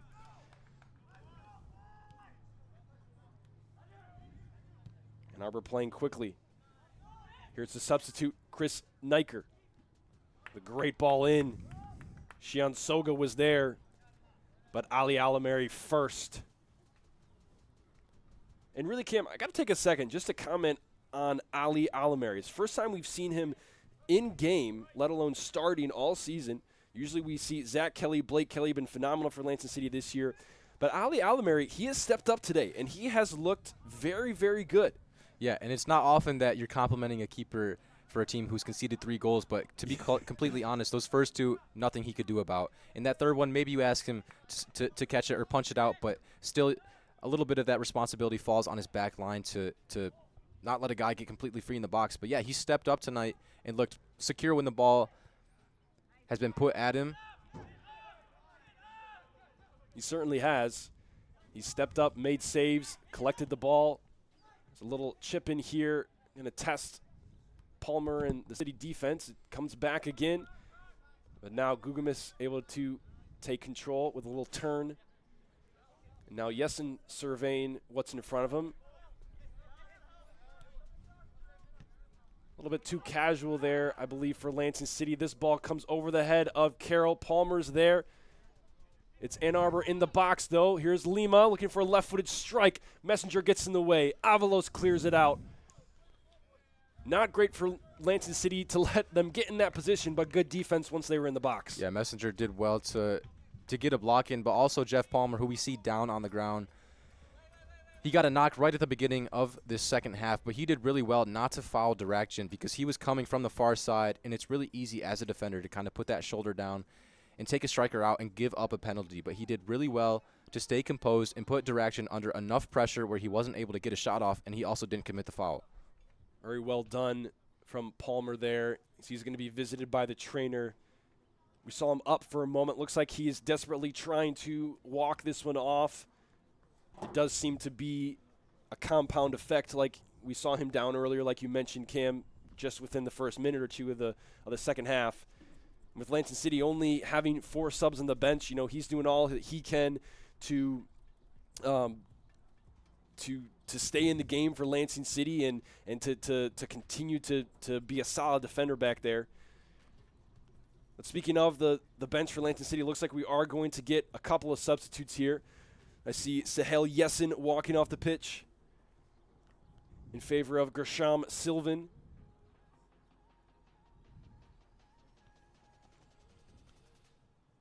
And I think it might be Aiden Antcliffe, number 19 as well. And I think he might be entering in the game for Jeff Palmer. And number 19, Aiden Antcliffe. And Gershom Sylvan is a guy that we've seen make a big impact for Lansing City in the past, especially off the bench. I was a little bit surprised that sub wasn't made at halftime. We know Sahel Yesin is a great player, but he wasn't putting in enough work defensively. And so now it's up to Sylvan to do the job that Yesin wasn't. And as for Aiden Antcliffe, he's a fantastic player. I've had the misfortune of playing against him a couple times. A really quick, a really good, solid defender. So these are positive changes for Lansing City. I'm not surprised to see changes in the second half, just like Ann Arbor made. Looks like Ann Arbor is going to get whistled there for a foul throw. As Dolabaipu fights off Mpomon Beha. Carroll not able to clear that one. Lansing City under a little bit of pressure is Antonio Lima. Ball across. Aiden Antcliffe is tested for the first time. He does well. And Magalish gives that one up. AC plays the ball inside, and Soga was looking for a shot. Zachary Carroll shields that one, and all of Ann Arbor is calling for a pass back to the keeper, but it's not going to be called. Instead, it's going to be a foul against Ann Arbor as Zachary Carroll was looking to shield that ball so that his keeper could come up, and Ann Arbor commits the offense.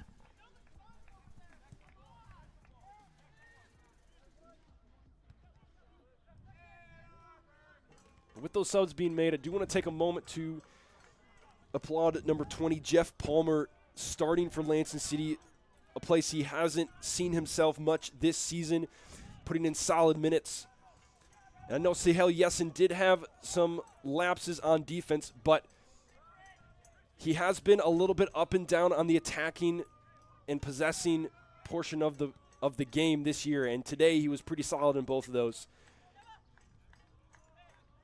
As Ann Arbor looming at the top of the box here. That was Andrew Diraction trying to find a little bit of space for a strike. Now they're going to reset through their back line.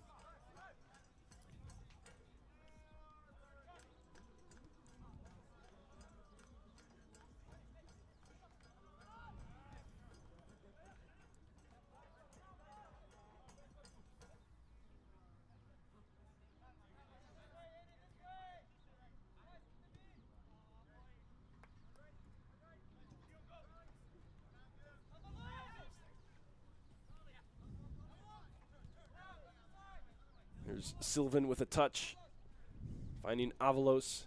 Mentioned earlier, Cam has shown great things for Lansing City off the bench. He was someone in the lineup that was a little bit surprised to see on the bench, but then looking at the other attackers, you understand the high-powered attack of Lansing City.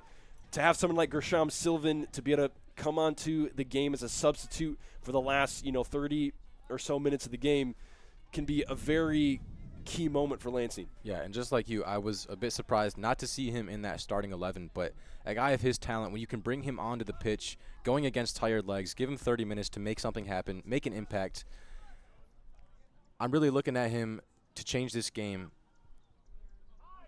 As Martinez there plays a ball back to Soga, a little chip in, Alamary is called on. But once again, there's another moment where there's just too much time in the midfield for an Ann Arbor player. Consistently throughout this game, we've seen moments where a guy like Shion Soga is able to step into that midfield. A guy like Salvador Martinez multiple times has dropped deep from that attacking position and found guys in behind, had that time to turn and pick a ball out.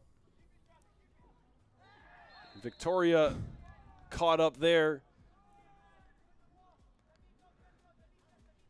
I think that was Diraction. And just going back to that real quick, Jared, that was a moment where we've consistently talked about Shion Soga throughout this game. We know how good of a player he is. And that was a really good ball that he picked out because he had so much time in that midfield to slip one in between the goalkeeper and the back line. And it was a good job by Ali Alameri to come out and collect that. But once again, just really disappointing to see the lack of communication and lack of structure in the midfield. That one, I believe, was actually Charlie Lacey and not Diraction that got tangled up with Victoria. And here's the set piece from Ann Arbor, and Alameri comes out to meet that one.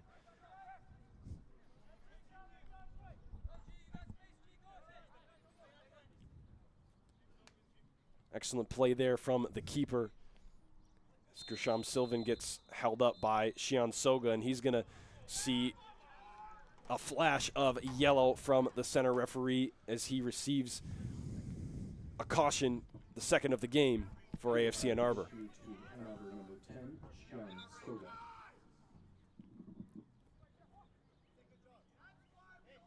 Really just not a necessary caution there for Soga to pick up, Cam. No, but to Soga's credit, I don't really think that was worthy of a yellow card either. I don't remember another moment throughout this game where he has committed a foul, so the referee showing that he's not going to put up with anything. And it makes for an interesting final 20 or 22 minutes if the referee's going to be that proactive with giving out cards. And now a foot race, Antcliffe against Andrew Diraction, and Ali Alameri comes forth again and clears that one away for Lansing City.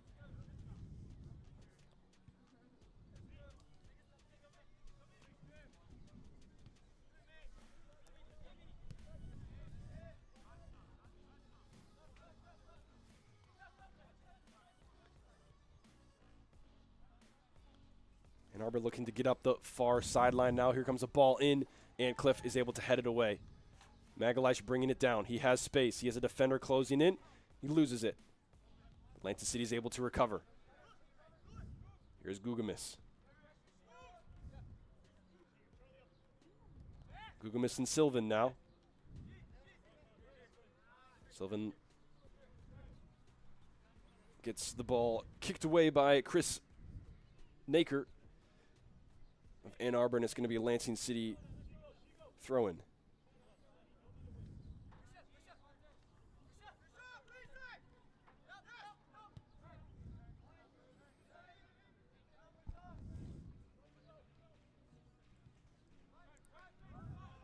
Here's Mateus Cunha. Looks for a chip in to Dolobaipu. He's onside, a first-time strike. He was not onside. I said it too soon. He was looking for a half volley off his left foot. The moment I looked over to the AR, the flag was down. I said he's not offside. Right when I said that, he said, actually, no, Jared, he is offside. And he raised the flag. So that's going to be our second water break of the day, the first of the second half here, as we have 70 minutes completed.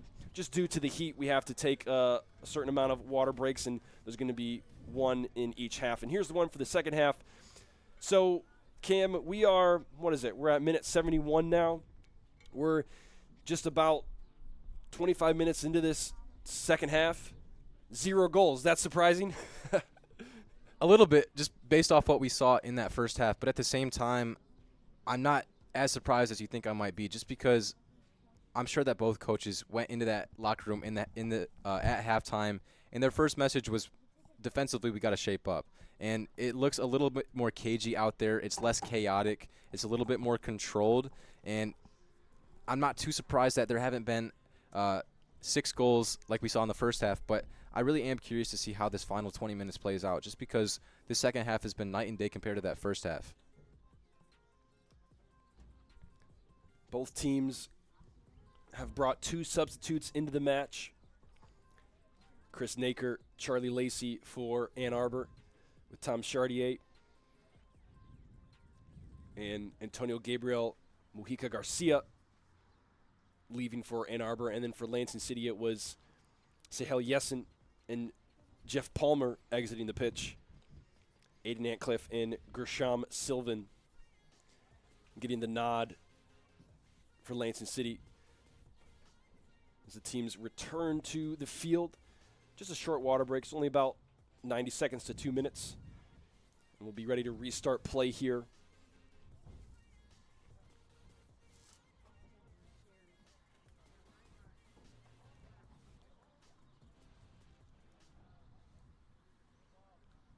I do think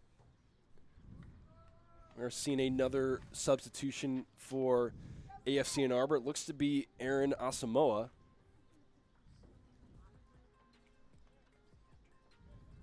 Yep, there it is, number 22, Aaron Asamoah for AFC Ann Arbor. Not sure who he replaced, but it looks like he's in the midfield.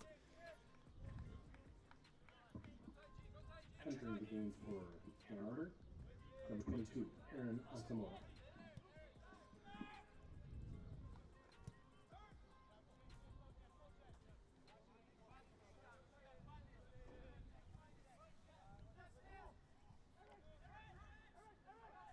As play resumes here after the water break, Dolabaipu, Victoria, both high pressing. The only two for Lansing City is now ball being played into the back line of Lansing, getting knocked around. Naker ends up with it. And Pomon Beha switching the fields to Luke Sowerby.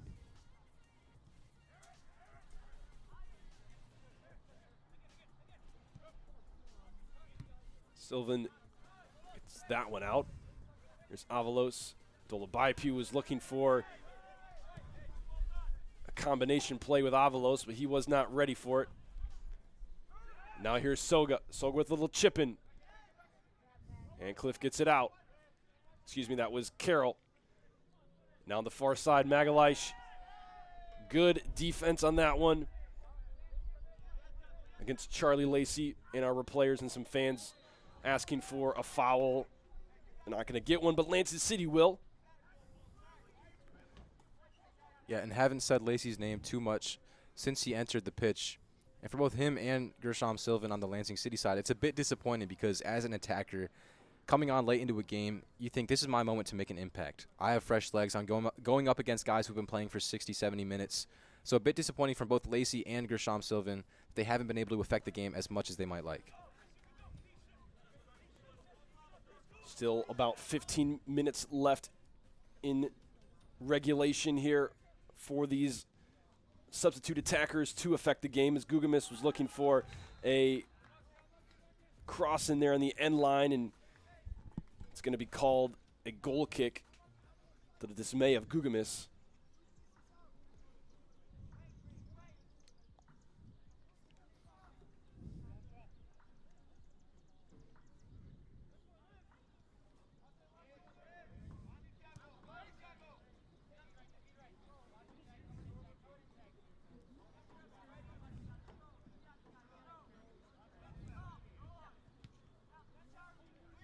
One mistouched by Barahina.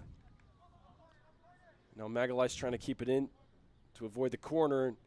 Almost wins a goal kick, but unable to do so. Ann Arbor retains possession. Lacey unable to do what he wants with that one, and it does become a Lansing City goal kick.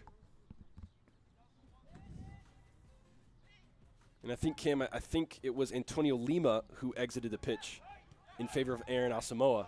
As Lansing City is in a bit of trouble here. Messenger, the cheeky play there. A little dangerous, but comes away with it. And Carroll's pass gets a little bit lucky on that one. As Lansing City continues the attack. Dolabaipu plays through to Sylvan. This could be dangerous. He's one-on-one with Mpomo and Beha. For a cross there. He's able to win it back. Scratch that, and Pomon Beha is able to win it. Sylvan is going to get a whistle there, and it is, referee is reaching for his pocket. It's going to be a caution for Gershom Sylvan for that defensive aggression and foul. And that's the yellow card that he picked up out of frustration. He made a good run initially, and I believe it was Jeff Victoria chose not to find him in behind. Eventually, he was found by Dolabaipu, and just didn't do what we expected Gershom Silva to do. We know how good he is in 1v1 situations, and he was stood up by Mpomo Mbeha, and he did a really good job to progress the ball, and then, like I said, out of frustration, took him down and got a deserved yellow card. Not exactly sure what Sylvan was trying to do on the attack. He didn't really make a move to try to beat the defender. He was just trying to slot the ball across, but there was 2 or 3 players between him and Victoria. It wasn't in the air. Something uncharacteristic of Gershom Sylvan. Usually in those 1v1 scenarios, we just see a burst of quickness and we see a moment of brilliance, but didn't see it in that moment. And from both sides, the second half has lacked that quality in the final third that we saw in abundance in the first half. And that one is well offside. He was almost in the tennis courts over there.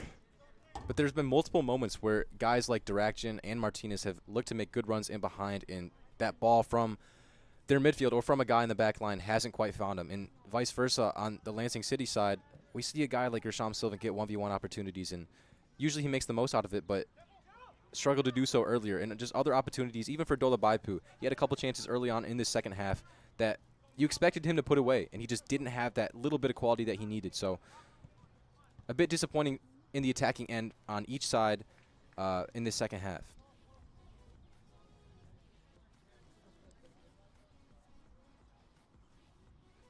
Lansing City looking to create an attack here. Dola Baipu with the turn and a strike. That one goes well wide to the near post. But those are the situations that we've seen Dola Baipu be very dangerous in. Just like, one touch, sometimes 2, and a quick strike. Puts a lot of strength behind those shots and usually is accurate as well. Yeah, and as we saw in that first half, all he needs is a glimpse of goal, and he might be able to get one. But maybe it's a little bit of that fatigue. Maybe he's playing almost 80 minutes in this weather that are catching up to Dola Baipu. Victoria upset about that call as he's whistled for an infraction. He was playing some very intense defense, doing very well, and thought he had won the ball fairly, but not so, says the center referee. As Martinez able to get away from that one, and now it's Shion Soga looking to play the ball into the left side. Magalhaes with a good stick. Antcliffe clears that one away. Ann Arbor continuing with the attack. Now a little ball inside. That's a bad one for Lansing City. It's going to go, wow, just wide of the post. Ali Alameri came up to challenge. And a fantastic ball played by Aaron Asamoah. And of all the guys on the pitch, if you had to pick one, maybe other than Dola Baipu, it's Shion Soga. In that moment, you think for sure that's going into the back of the net, but just scuffed his hit. And Lansing City gets away with one right there. A bit of a scare because it's been so sloppy from Lansing City overall in the second half. Haven't really, other than those couple early chances by Dola Baipu, they really haven't created anything so far. So a bit frustrating this second half. And like I said, completely got away with one right there. Certainly right. Getting away with one there. Being well onside was Soga, but unable to hit it, as you mentioned. And now Ann Arbor on the attack again. Zachary Carroll and the defense, and he's probably going to get in the book for that one. A hard tackle, saving an opportunity on goal, and it's going to be, I believe, the 4th caution, maybe 5th, that we've seen today against Zachary Carroll this time. Yellow card issued to number 15, Lansing City. Yeah, Jared, and throughout this game, I've been pretty impressed with Salvador Martinez, the way that he's played. Able to check deep into that midfield, and right there, got an opportunity to run at Zachary Carroll and did well to get in behind him. And this is a dangerous set piece. It's like a shorter corner for Ann Arbor. We've already seen a couple opportunities for Ann Arbor off of crosses from this sort of position. So, and even one set piece from this position not too long ago. Absolutely. So this is a moment where Ali Alamari needs to set up his wall in a good position, and that back line, they need to do their jobs and win that first ball. But not just that first ball, it's that second ball all the time too. This is the moment where if you've been following Lansing City, you might be having flashbacks, giving up goals late in the game to either break a tie or to give up a victory. As the shot comes here, and it is going to be in the back of the net. The flashbacks coming true once again. In the 82nd minute this time, AFC Ann Arbor scores the first goal of the second half. It's 3-4. AFC is on top. And we've talked so much this second half about making an impact as a substitute. And we just saw Aaron Asamoah pick out Soga with a really good ball. And right there, just way too much time at the top of the box to get it out of his feet and fire one into the bottom corner. A really good hit from Asamoah. And once again, more frustration from Lansing City because they've played a decent first half. You score 3 goals, you think you have an opportunity to win a game. But now here they are chasing the game with 8 minutes left. And it's the story of the season so far, Jared. Definitely not the result that you want to see on that free kick if you're Lansing City.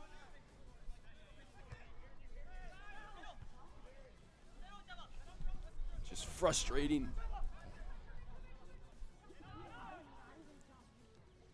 But no time to concern yourselves with that, as now we are just at 83 minutes gone. If you're Lansing City and you want to get a result in this one, the time has to be now. Charlie Lacey chases that one down. Magalish is there and he gets beat. Lacey is inside. Tries to slot a ball across. He was looking for Salvador Martinez.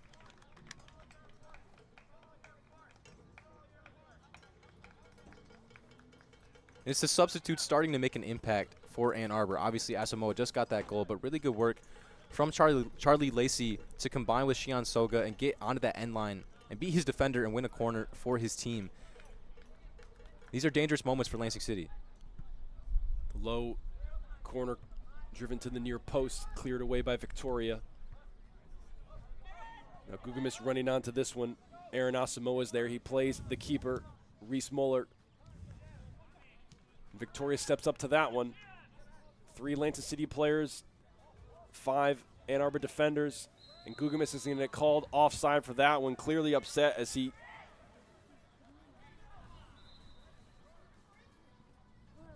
just hits that one over the fence. Center official coming over to have a chat with him. Looks like he might. For a second I thought he had his yellow card out, but it's not going to. Entering the game for not going to happen. Number 6, John Nino. As AFC Ann Arbor makes another sub, it's number 6, John Nino.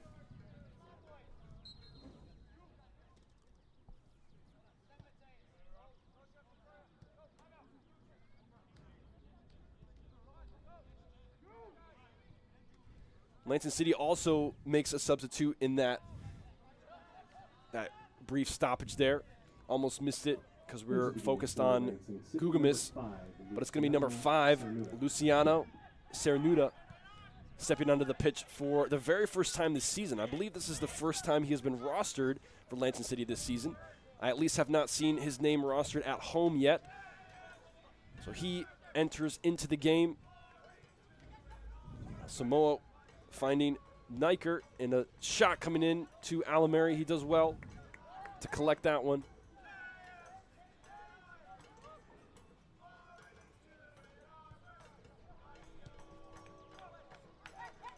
I believe it was David Magalish who came off the pitch for Lansing City here in the 86th minute. Sylvan fighting for that one. And Pomon Beja goes down with a cry. Pops back up. No call there.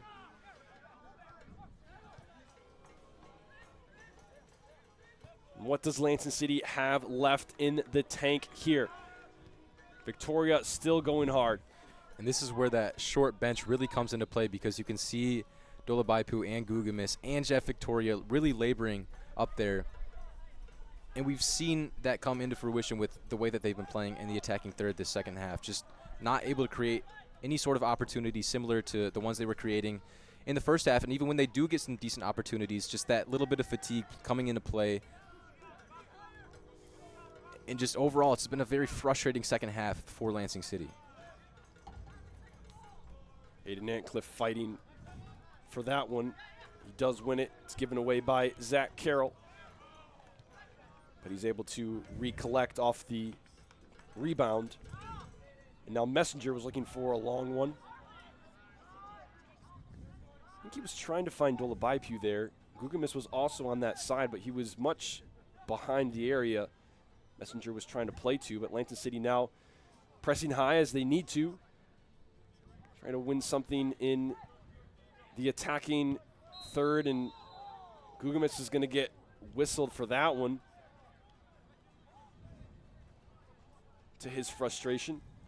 Actually, I don't think that was Gugamis. That was the substitute, Luciano Cernuda, who got whistled for that one. So used to seeing Gugamis on that side of the field. Looks like he's kind of pulling over to this left side.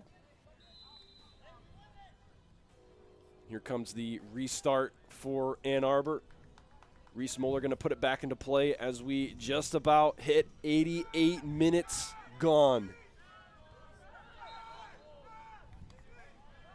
Lansing City going to draw a foul there. But with 88 minutes away, it is 3-4. Lansing City finds themselves down by 1. They were up by as many as 2 today. And now they need to find something in the final minutes. Only 1 goal this half. We did have a water break. I expect probably at least 2 minutes to be added on, but we have not gotten any official signal yet. And that goal just really isn't looking likely at this point, the way that Lansing City have been playing in this second half. It's going to take a moment of brilliance from somebody. Maybe it's Cernuda. It's just got to be somebody to step up and create something. And there is Cernuda and Dolabaipu using his strength, trying to manage his way in the box. Back to Cernuda. They're knocked off the ball. That looked promising for Lansing City. Anytime you get Dolabaipu inside the box with the ball at his foot, is promising. Bit of a bull in a china shop, knocking guys over left and right. And like you said, anytime you get him the ball in the box, you think something could happen. Unable to come up with anything right there, but it was much better from Lansing City. And Cernuda, the substitute, making an impact. And that one is Cernuda as well, and he's going to find his way into the book of the referee. A caution for Luciano Cernuda. Yellow card to Lansing City number 5, Luciano Cernuda. Just 10 seconds left in regulation. No indication from the officials yet as to how many minutes will be added on. I suspect it will be 3 or 4 minutes. Should be receiving the signal shortly.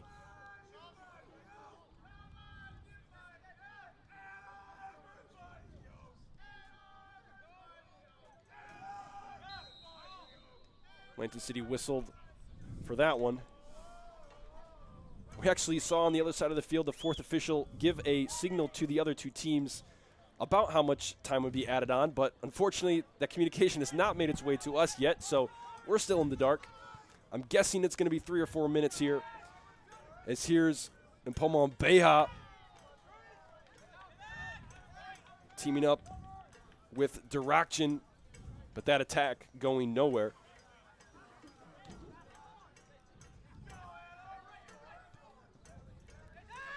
The time is certainly now for Lansing City. Yeah, and Ann Arbor going into that 5 back after bringing Nino on, really trying to shore up this game and come out with the win. And like I just touched on, it really doesn't look likely for Lansing City to get a goal.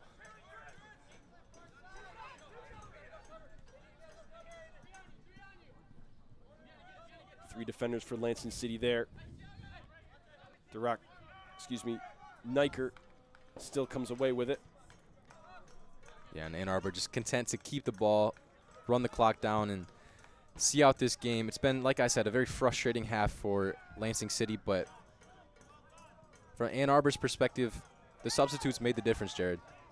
Could this be one last push for Lansing City? Messenger gets knocked down, and that's going to be another yellow card issued. Tiago Barahina is going to find his way into the book as well. This might be the last opportunity for Lansing City to draw even. Some of the Ann Arbor fans feeling the victory imminent. And now here comes the ball in. Second ball comes out. It's Sylvan. Sylvan fends off one defender. Now he finds Gugamis, touch inside. He's met by Barahina.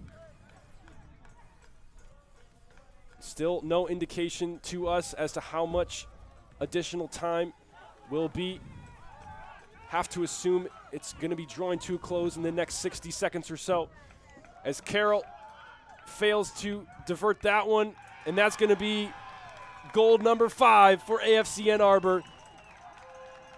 Andrew Durakjan finds the back of the net. Carroll's effort not enough. Alamari came out. There's only so much you can do in a 1v1 in that scenario. It's 5-3. And that's what happens when you have to throw the kitchen sink at it.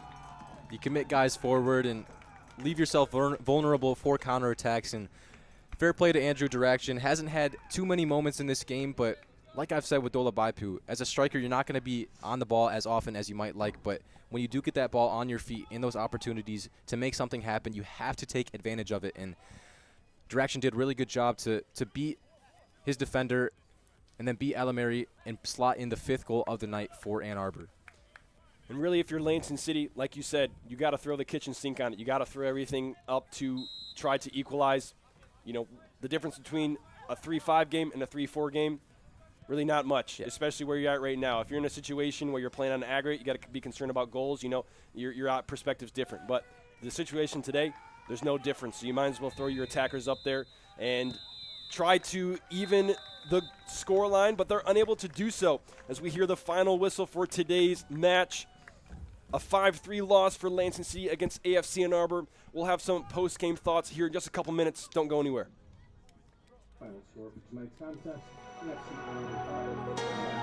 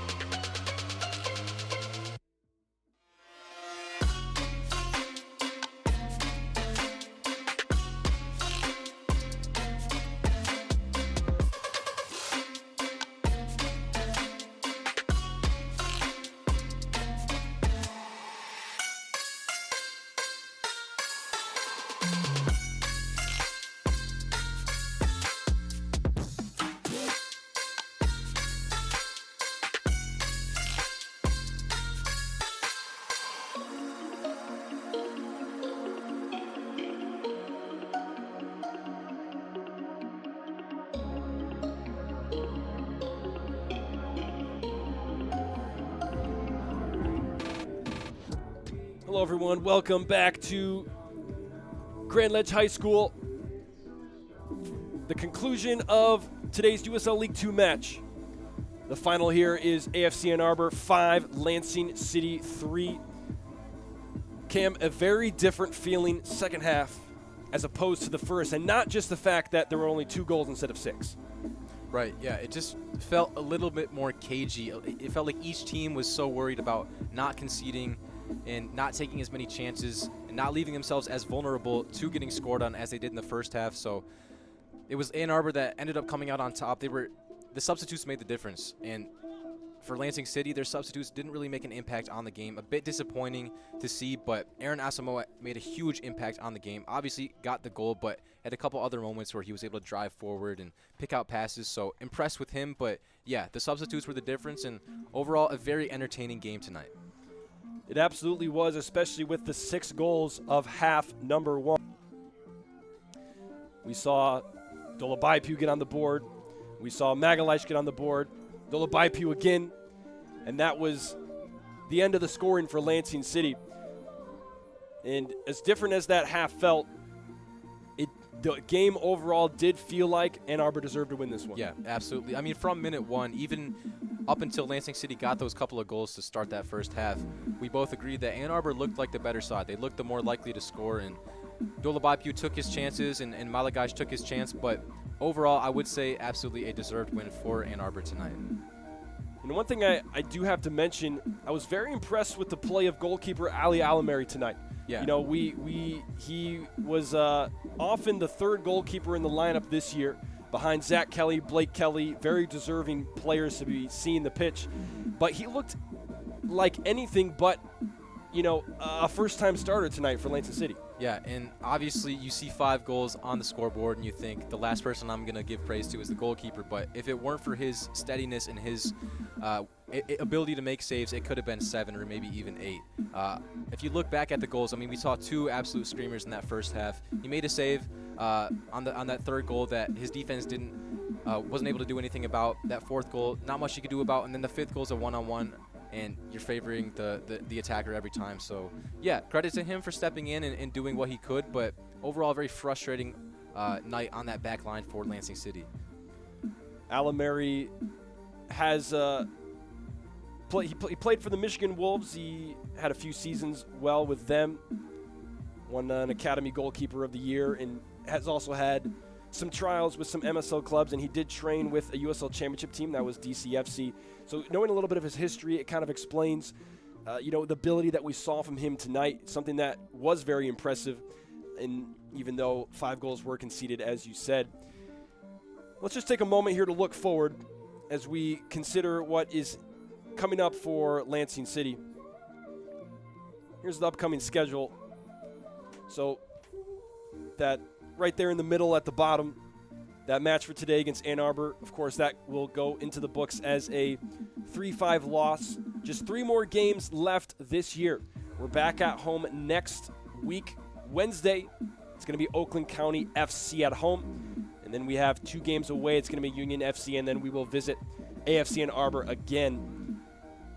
And that Oakland County game, that next game at home, that is something I'm excited to see. We did lose to them earlier in the year, but that was a game that Lansing City dominated and somehow ended up losing 0-2. But it's not going to be too long before Lansing City sees Ann Arbor again, Cam. What do you think about that? Well, we saw 2 really good games last year. We saw another really good game tonight, and I expect a fantastic game to close out this season. I mean, these 2 teams are very evenly matched. We knew that coming into this game based just off the table, and it should be a very exciting game. I'm really hopeful that Lansing City is able to get a couple guys back, especially on that back line, and hopefully not concede 5 goals like they did tonight, but it should be another fascinating game. And that's will be how we wrap it up here tonight in Grand Ledge High School here in Lansing, Michigan. The final score, AFC Ann Arbor 5, Lansing City Football 3. Thanks so much for tuning in from all of us here at Lansing City. Thank you so much for joining us. I'm Jared Kleppa along Cam Shakaski and all the team here on the stream. Thank you so much. Have a great night, and we'll see you in the next one for the final home game of the year next Wednesday against Oakland County. Have a great night.